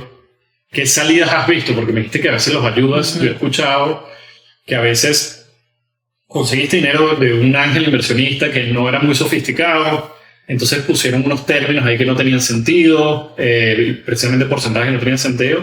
En tu experiencia, ¿sí han arreglado cap tables a la hora de, mira, es que resulta que comenzaron mal por desconocimiento, vamos a tener que sentarnos a negociar con los primeros inversionistas, porque si ustedes como founders no tienen este mínimo de equity, en verdad en el futuro les va a ir malísimo. Entonces lo que van a recibir mucho más no hacia adelante, porque ese problema lo que hace es magnificarse en el tiempo. 100%. Sí pasa eso, o sea, sí se arregla un cap table. Sí. Okay. O sea, creo que no es imposible, pero o sea, yo siempre que empiezo como una conversación y ahora sí que con el tiempo he tratado como de ayudar a emprendedores, no solo del portafolio, sino como que en general dar mi opinión genuina, no lo como politically correct necesariamente, pero dar mi opinión genuina y mi sugerencia de lo que creo que podría funcionar o no.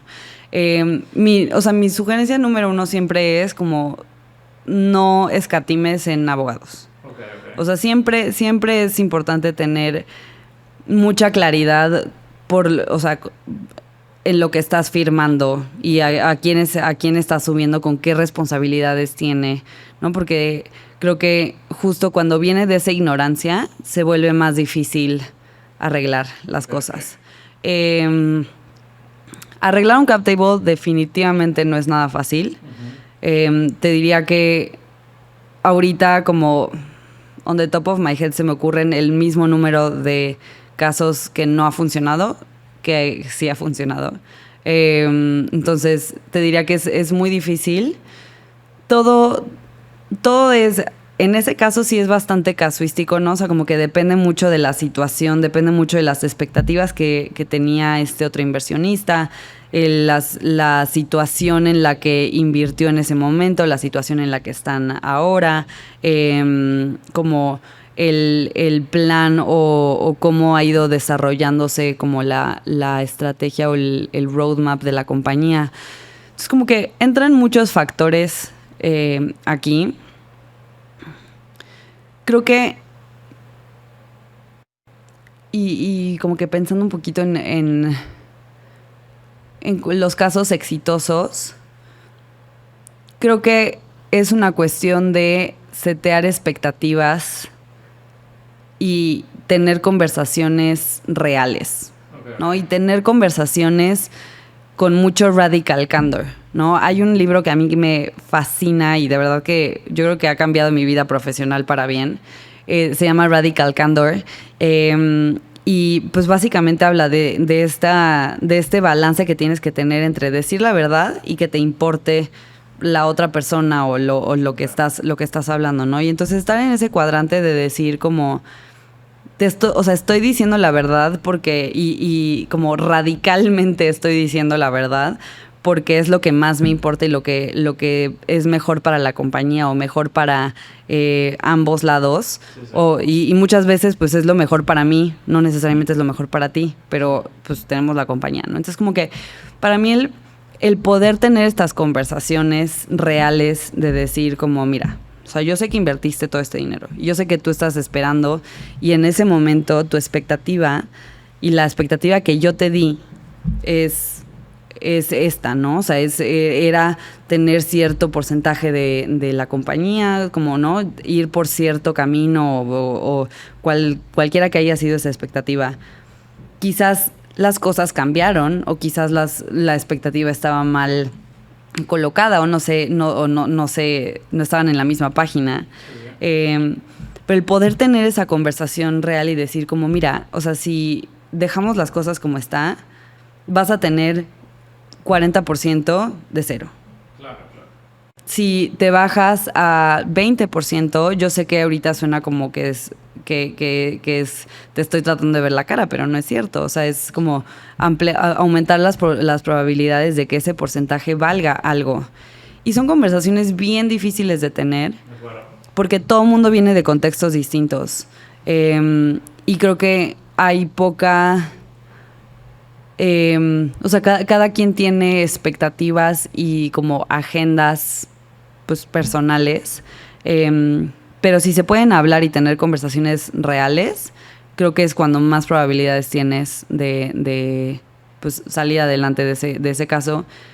Y la otra es estar increíblemente bien asesorado legalmente, ¿no? Porque pues hay muchas veces que pues si quieras o no te ven la cara legalmente y entonces acabaste firmando algo que te compromete y así por más bien que hables y por más como cartas en la mesa que pongan, pues no se va a resolver. Sí, y creo que eso es lo principal.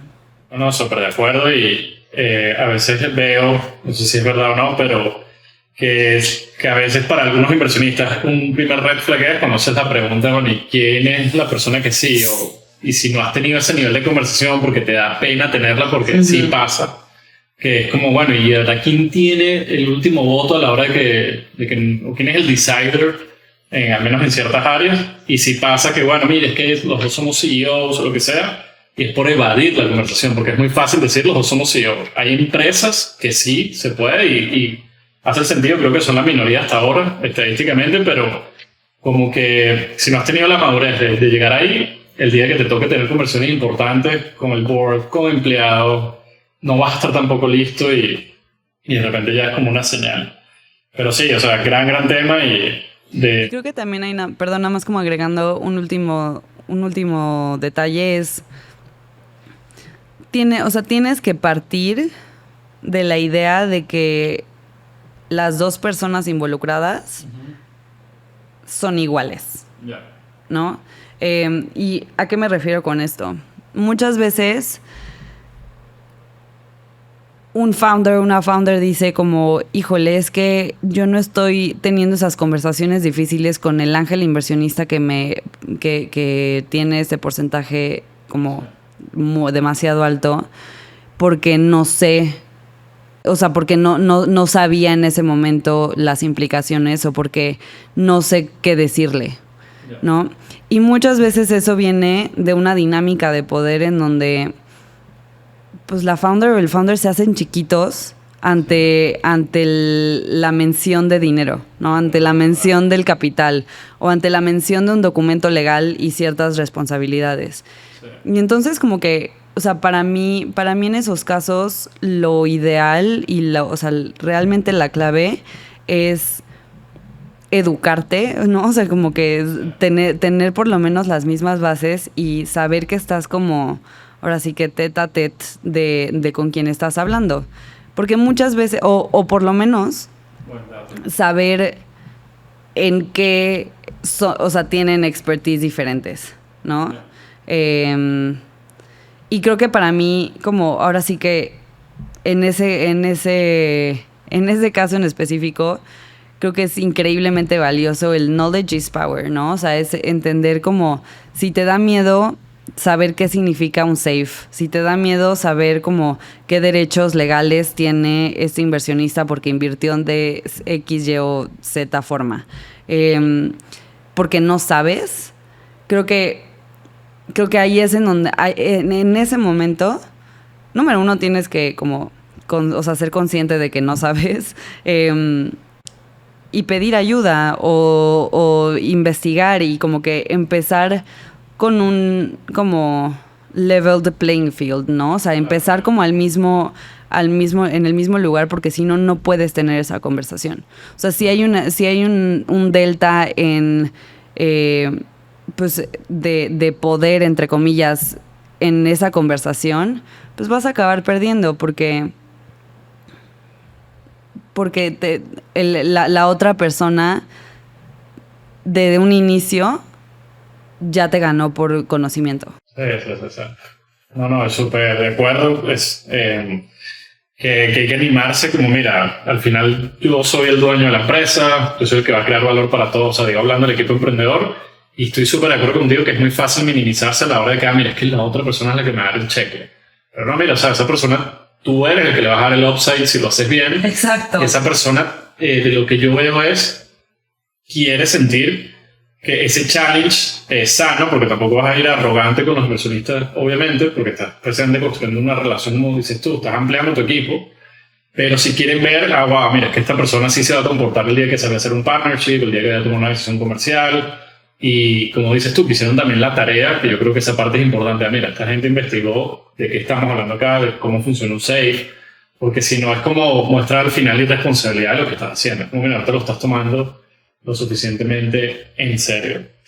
Y ya hablando de las personas que aún no han tenido la experiencia de pasar por 500, ¿cuáles son hoy, hablando ya de cómo hacer para que les vaya bien a la hora de la aplicación? Ya hablamos de algunos red flags y aquí puede que salgan otros, pero toca decir que ustedes tienen un proceso muy estándar para Somos Lucha. Asumo que es una aplicación donde vas a un link y vas a dejar un montón de datos y hasta un deck, asumo. A la hora de enfrentarse a eso, ¿cuáles son esas recomendaciones mínimas al hacerlo? Hay gente que lo llena demasiado rápido, entonces para ustedes es como que, mira, pero no dedicaste tiempo.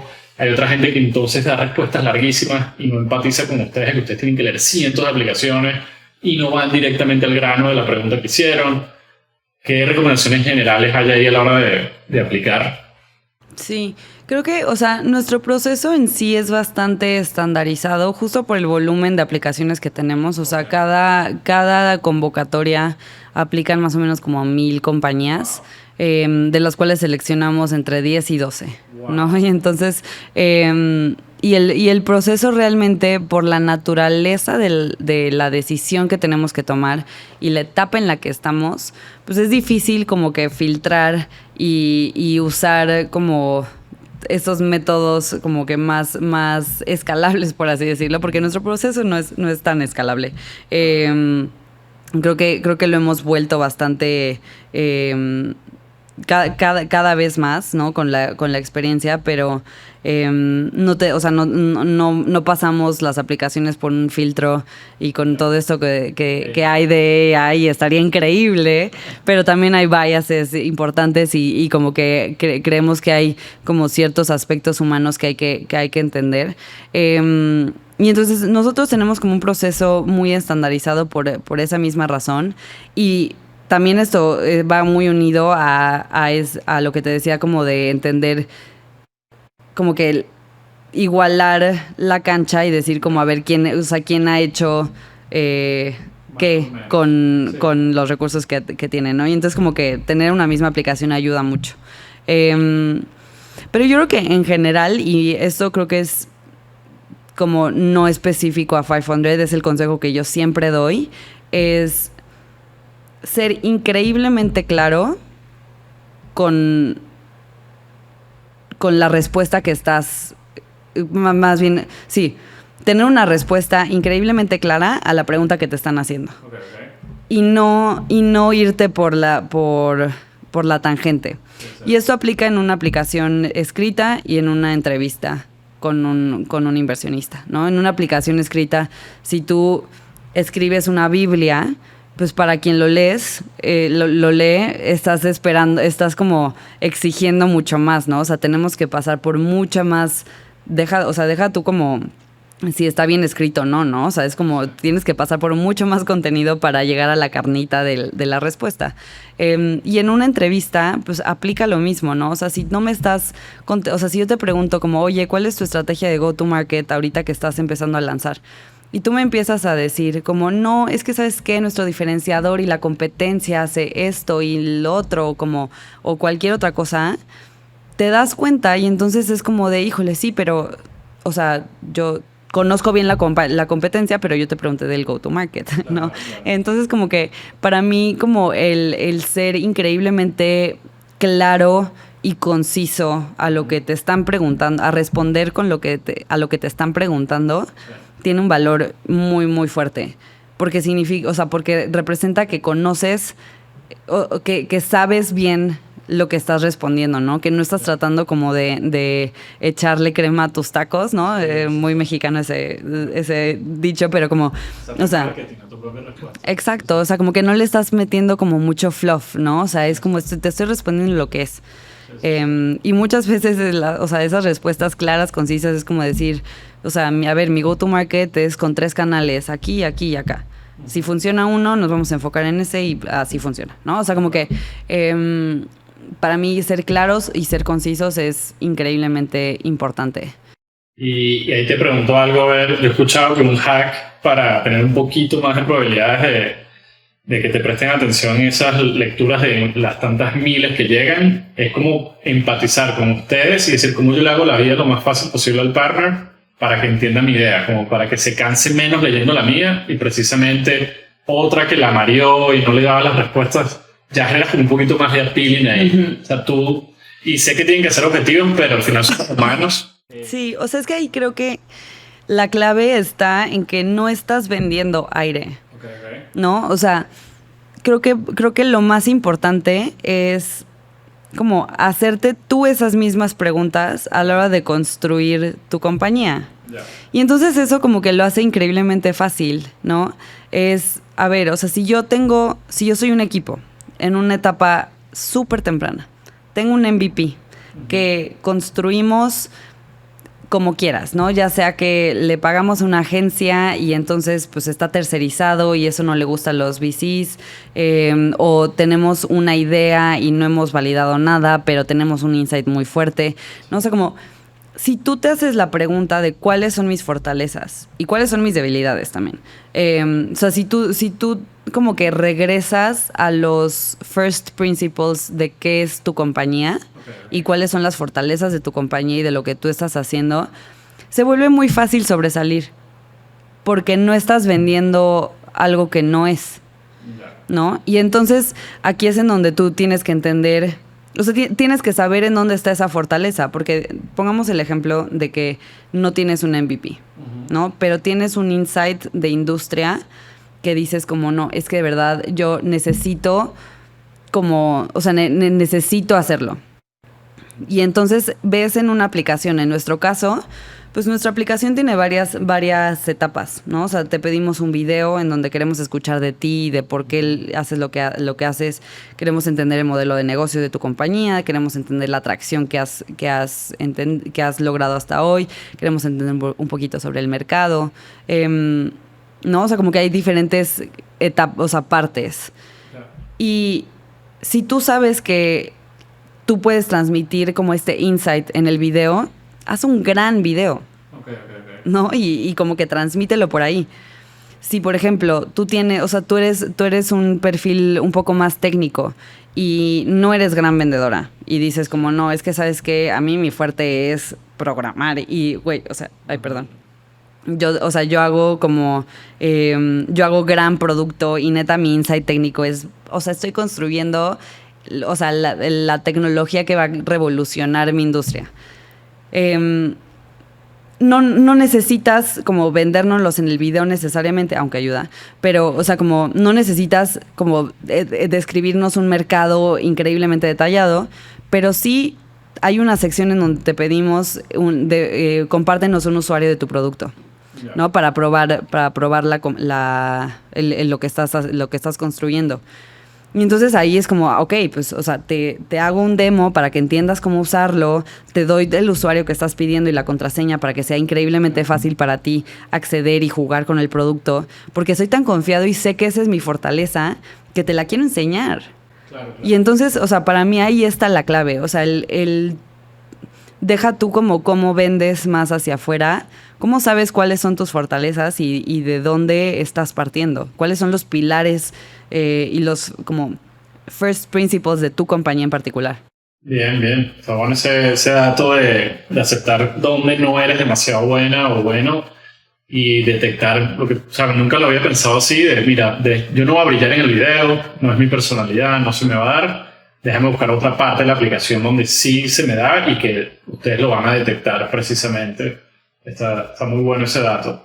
Y algo así que recuerdes de cuando, imagino que le suben unos slides en la aplicación o ya no. No. Ah, ¿en serio? Ya no. No, o sea, hemos visto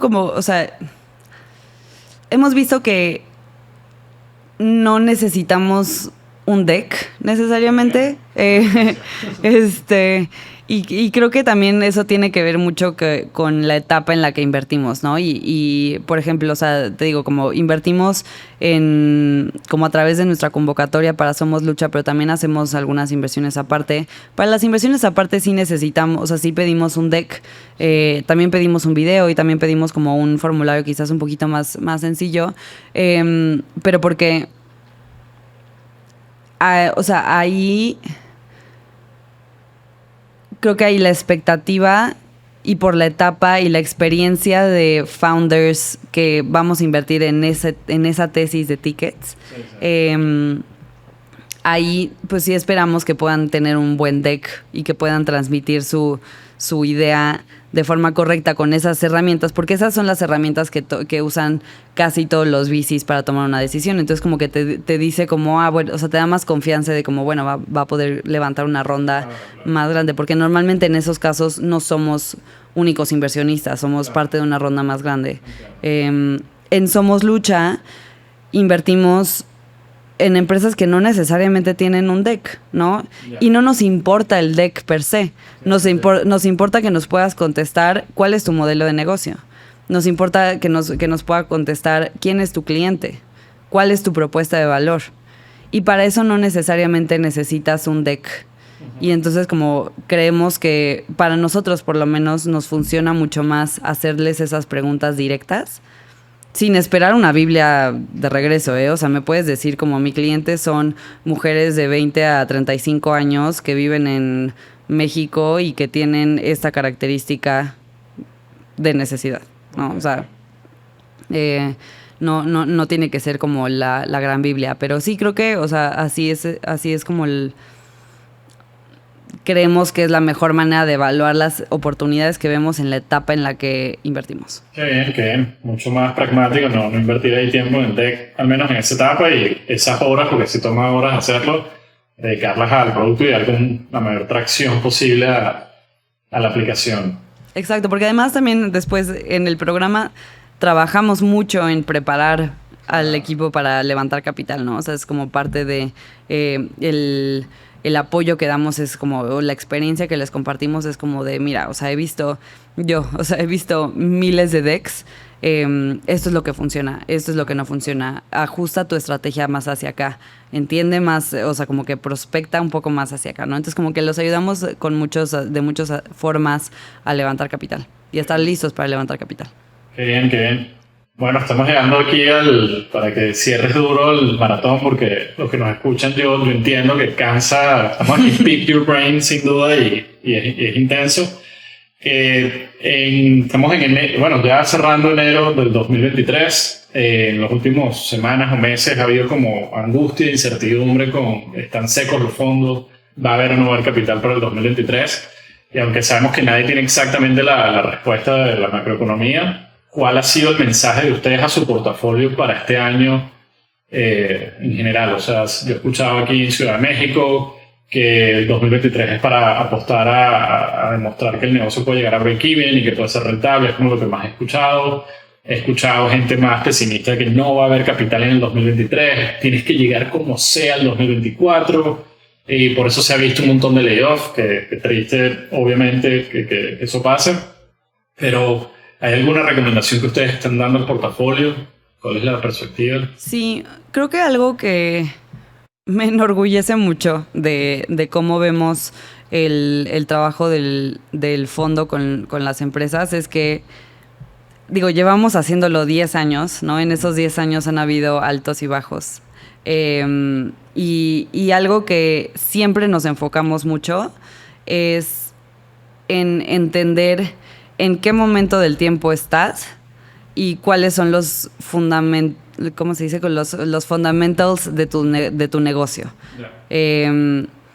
Y entonces, si sabes, o sea, si conoces esas dos cosas, tienes la respuesta para entender tu estrategia de levantamiento de capital en época de vacas flacas o vacas gordas.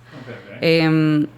Y entonces, como que nunca hemos sido de esos fondos que dicen como, no, es que crece a lo loco para llegar a tu siguiente ronda, si no tienen el modelo de negocio para fundamentar esa estrategia de blitzscaling, ¿no? Sí la tienen. Un castillo de cartas. Exacto, o sea, sí la tienen y tienen como los componentes que van a hacer sentido en ese momento. Uno de ellos, el estado de la macroeconomía y el acceso a capital.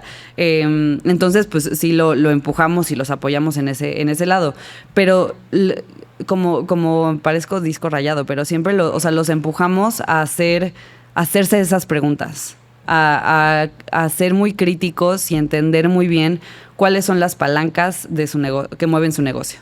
Yeah. O sea, a entender muy bien cuáles son los pilares de tu empresa y cuáles son y cómo se mueven, qué palancas mueven uno al otro.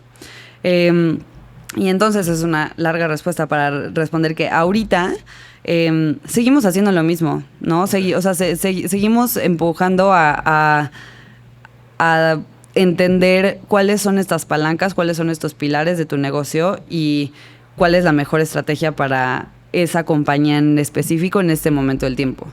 Ahorita la verdad es que la gran mayoría, la estrategia está siendo como entiende muy bien tu modelo de negocio, llega a rentabilidad, ¿no? O por lo menos ten un path muy claro hacia rentabilidad, no dependas tanto de capital externo, pero también como que con mucha apertura a entender como, ok, o sea, ahorita no necesito el capital externo, pero ya entendí que que eventualmente si hace sentido, pues aquí lo puedo meter, ¿no? Entonces como que entender muy bien esos levers, ¿no? O sea, esas palancas. Entonces ahorita nuestro mensaje hacia las compañías es estar, creo que default alive, ¿no? Es decir, como pues haz todo lo que puedas para que pase lo que pase, la compañía siga, ¿no? Okay. Muchas veces eso implica layoffs, muchas veces eso implica quizás bajarse sueldo como fundadores, muchas veces significa sacrificar margen o sacrificar crecimiento, como para no sacrificar margen porque eso va opuesto a lo que quería decir, pero sacrificar crecimiento para priorizar el margen, y como que poder subsistir, o muchas veces también incluye como hacer pivots hacia diferentes tipos de o sea, como irte a otra solución, ¿no? Sí. Y muchas veces viene del insight de la experiencia que hiciste, pero creo que sí ahorita, siendo muy realistas, creo que el capital sí está mucho más limitado que en años anteriores. No es decir que no exista para nada, o sea, sí hay algunas empresas que sí están levantando capital, pero no creo que el assumption, no creo que deberían de asumir que se va a poder levantar, ¿no? Entonces estamos siendo como realistas, pero optimistas. Sí, realistas, optimistas. No, está buenísimo. Y incluso, o sea, he visto que equipos en estos tiempos duros han creado como pequeñas unidades de negocio dentro de su empresa, como un mini cash cow, agarran al equipo de ingeniería y empiezan a dar consulting a otras startups, y entonces monetizan aunque sea el equipo una parte, como para subsistir. Creo que es como el famoso ejemplo de Airbnb cuando vendían cereales para hacer otra cosa, y he visto eso, como que crean ahí algún mini producto que de nuevo que se convierte en un cash cow y es un medio para un fin. No necesariamente va a ser tu negocio y quién sabe si después termina siendo un spin-off completo. Ahí creo que para mí hay como dos maneras. O sea, creo que hay como dos categorías de esa decisión o de esa toma de decisiones.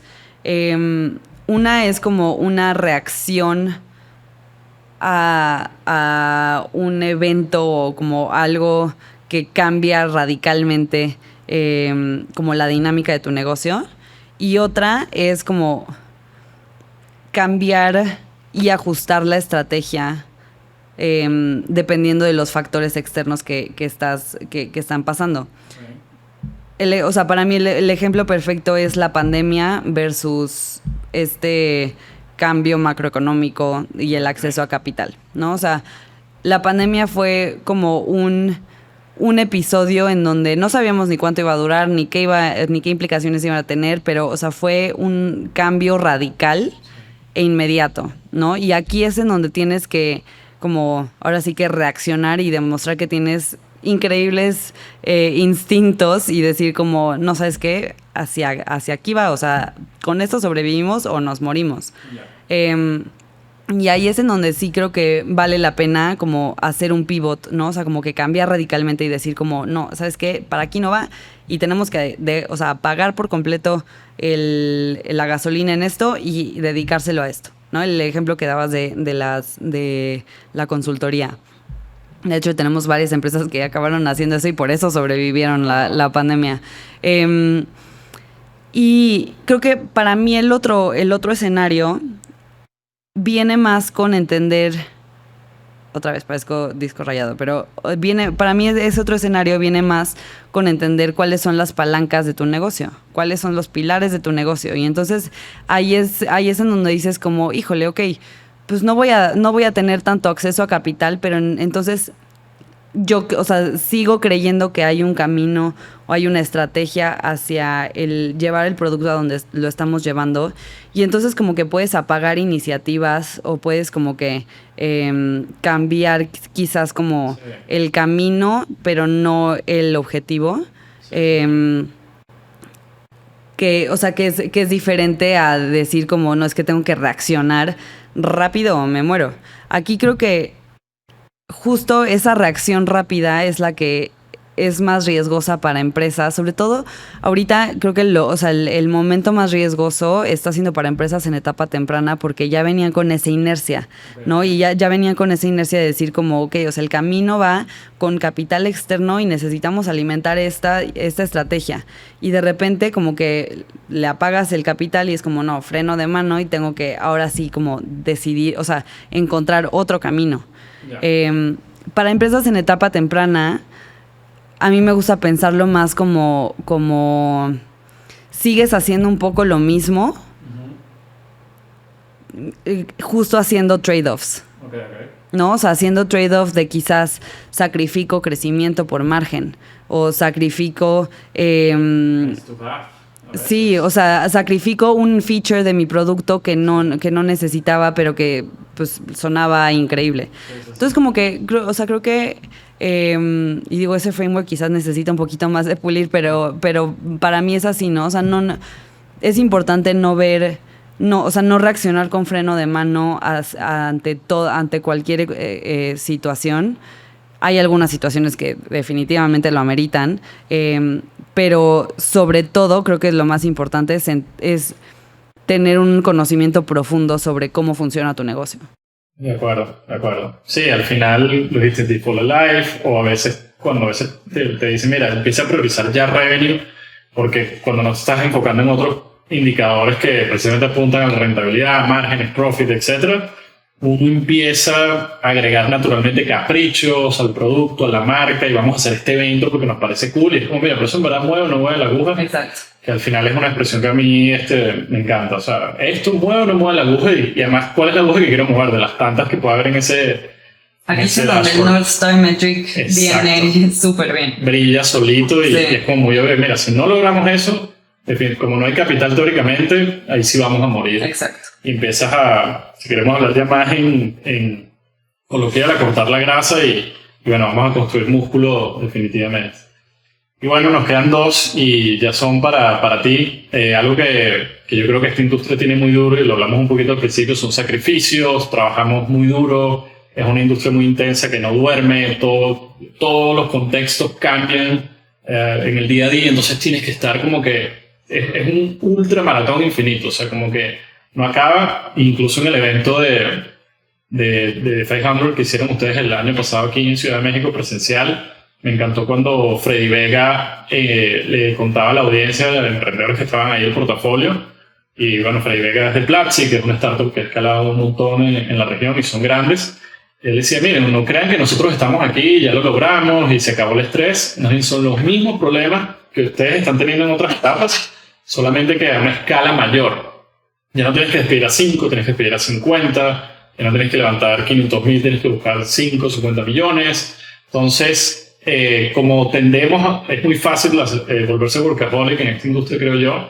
Te pregunto a ti en lo personal, de todo lo que tú trabajas, ¿cómo logras tu recharge? O sea, ¿cómo te recargas tú fuera del trabajo para tener esa resistencia? Creo que a veces es un tema que no se toca. Mira, hay que pausar, hay que buscar fuentes de cómo me recargo, porque si no te quemas y llegas al famoso burnout. Sí. ¿Cómo lo vive Regina? Creo que, y esta es una respuesta súper personal, o sea, a mí creo que cumplo también como muchas de esas, tengo justo esa personalidad en la que como me dedico demasiado a mi trabajo y, a ver, me encanta y yo lo vivo o sea, de verdad que puedo pasar 12 horas hablando con emprendedores y yo feliz. Pero creo que algo que siempre les digo también a emprendedores que trato yo de aplicar en mi vida es entender que estás viviendo tu vida, ¿no? O sea, y que tú eres lo más importante en tu vida. Y que no, o sea, puede ser que tu sueño sea construir tu empresa y puede ser que le hayas dedicado todo a tu empresa, pero sin ti no existe eso. Y tú, o sea, y al final como que tú acabas siendo lo más importante. Y entonces como que para mí encontrar recordatorios de eso es muy importante. Okay. Y yo lo practico de diferentes formas. Y de hecho en una clase que di un par de veces en Collective Academy que se llama Mindful Leadership, okay, parte de nuestro framework de esa clase, había una herramienta que a mí me encanta, que se me hace súper útil, que se llama Drop, okay, ¿no? Es detente, respira, observa y procede. Y entonces, o sea, es muy mindful y digo, yo soy una clavada de yoga y meditación y me encanta, pero creo que eso es muy aplicable para cualquier persona, ¿no? Es como decir, no necesitas encontrar mindfulness y estar conectado con el universo y estar en como tu top performance todo el tiempo, sí, pero si logras encontrar estas pausas en donde digas como, ok, estoy muy estresada, pues estoy observando ese estrés y estoy como respirando un poco y ya después puedo seguir. Como que a mí esas pausas me regresan mucho a entender que a final de cuentas yo soy lo más importante y no en un como sentido egocéntrico, como de forma negativa, pero pues sí, es decir, como si yo no me pongo a mí primero, nada pasa, ¿no? Y digo, este consejo lo doy porque es el que más trabajo me cuesta seguir, ¿eh? O sea, no es...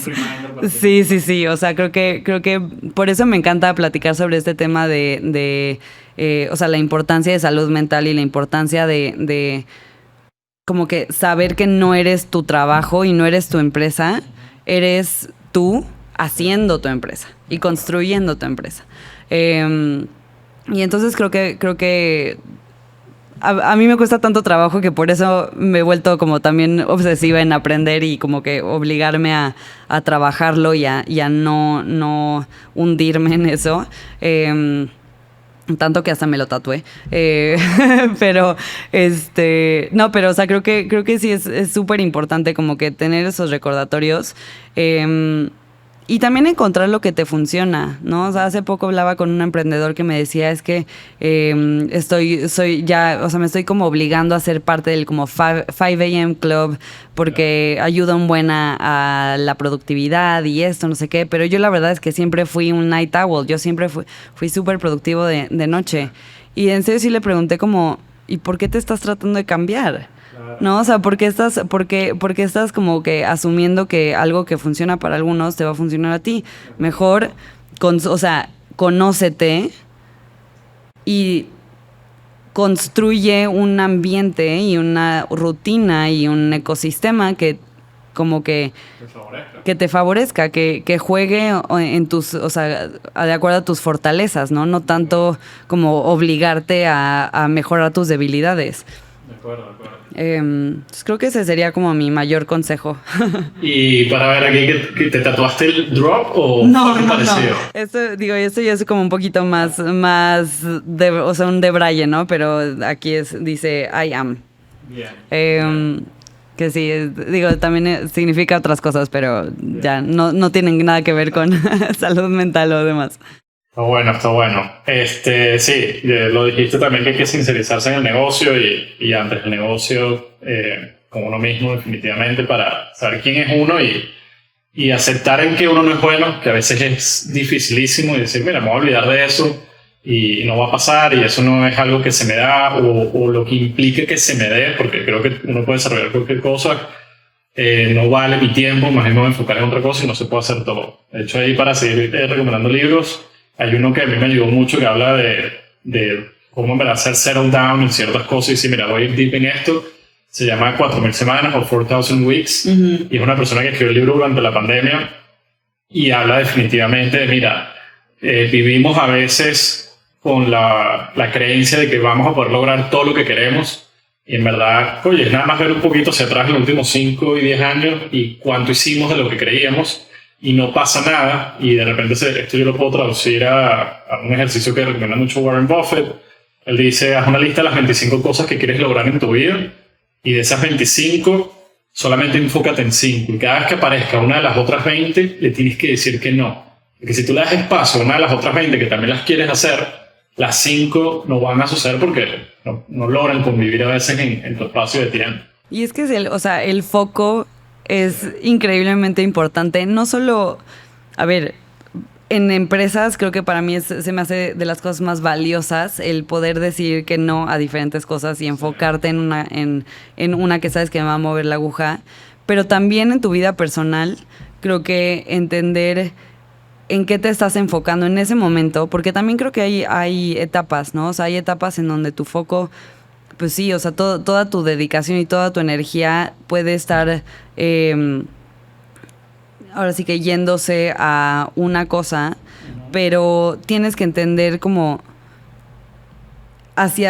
como en dónde estás poniendo esa energía, ¿no? O sea, si le estás diluyendo en 1000 cosas y entonces no le estás poniendo energía a lo que necesita en ese momento, a lo que quieres en ese momento, ¿no? O sea, yo lo veo mucho con emprendedores que son papás recientemente, tanto hombres como mujeres, ¿no? Es como decir, es que yo ahorita no puedo, o sea, tengo que levantar capital, tengo que operar mi empresa, quiero estar con mi bebé, ¿no? Es así como que quiero tenerlo, el famoso como quiero tenerlo todo, sí, que es imposible. Vas a tener que sacrificar cosas, ¿no? Vas a tener que hacer trade-offs también. Uh-huh. Pero es importante entender, o sea, saber qué trade-offs estás haciendo y en qué etapa estás y cuáles son como los más valiosos para ti en ese momento. De acuerdo. Bueno, última, para ya llegar a la meta del maratón de hoy, y estaría cool para cuando lo veas en el futuro, ¿con qué estás soñando hoy en tu rol, en la sociedad, que en este caso es 500? O sea, que tú dices, mira, yo estoy trabajando por alcanzar esto y hoy por hoy, eso claro que puede cambiar en el futuro, pero hoy, ¿cuál es ese sueño que tienes en tu rol en el mundo de tech o de emprendimiento, con o sin 500? ¿Qué sueñas hacia Buena adelante? pregunta. A ver si cuando lo veas en 3, 5, 10 años dices, wow, mira lo que pensaba y cómo cambié, o mira cómo le atiné. Sí. Creo que del lado profesional, con 500 en específico, como mi objetivo ahorita es ser la mejor fund manager que pueda, ¿no? Y eso implica hacer las mejores inversiones, manejar de la mejor manera al equipo y apoyar a las empresas de la mejor manera posible para aumentar sus probabilidades de éxito, ¿no? Entonces, como que para mí es como que convertirme o seguir creciendo, seguir construyendo mi experiencia como fund manager. Creo que para mí hoy en 500 eso es lo más importante. Y creo que se alinea mucho con varias cosas como en el lado personal que pues tienen que ver con un par de cosas más que estoy trabajando, ¿no? Mucho con el liderazgo y el manejo de equipos, la comunicación como asertiva.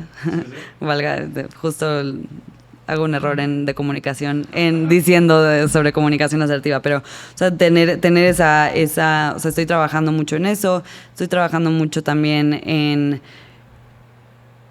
saber priorizar los esfuerzos y entender justamente como qué mueve la aguja y en dónde como fondo podemos hacer el mejor trabajo posible para pues el dinero de nuestros inversionistas, que al final de cuentas esa es como la responsabilidad. Pues número uno, por tesis, pero indirectamente pues también tiene que ver obviamente con asegurarnos de ser los mejores inversionistas y asegurarnos de ayudar de la mejor forma posible a las empresas. Bien. Bueno, gracias por hablar aquí con nosotros hoy, Regina. Y yo, de verdad, como uno de los tantos que somos parte del ecosistema, yo los vi a ustedes en el evento que hicieron el año pasado, en noviembre, si no me equivoco. Y de verdad tenía tiempo que no veía un ambiente tan energizado. O sea, el portafolio de ustedes, todas las emprendedores y emprendedores ahí tenían como que una energía y como una felicidad genuina y una convicción de lo que estaban haciendo. Las empresas que trajeron a hablar como que unas etapas mucho más adelantadas, todavía los vi muy humildes. O sea, sí se sentía como que una comunidad total. Y lo que sí de verdad puedo decir para los que no los han conocido ustedes en persona, y yo creo que eso es lo que a mí más me conecta con 500, es que tanto tú, y voy a nombrar algunos nombres, porque no puedo decir todos, pero tanto tú, Damaris, René y Santiago, yo los veía como genuinamente conectados con lo que estaban haciendo, los vi demasiado emocionados. Algunos de ustedes se les aguaron los ojos cuando hablaban, y se siente como que, claro que sí, va a ser controversial, hay fondos que uno los siente muy mercenarios, otros que uno los siente como que el paquete es completo. Sí, están ahí porque son un negocio, tienen que hacer dinero, pero también como que sí quieren aportar a la sociedad y apoyar a esos emprendimientos a que cumplan sus sueños, porque claro que es difícil.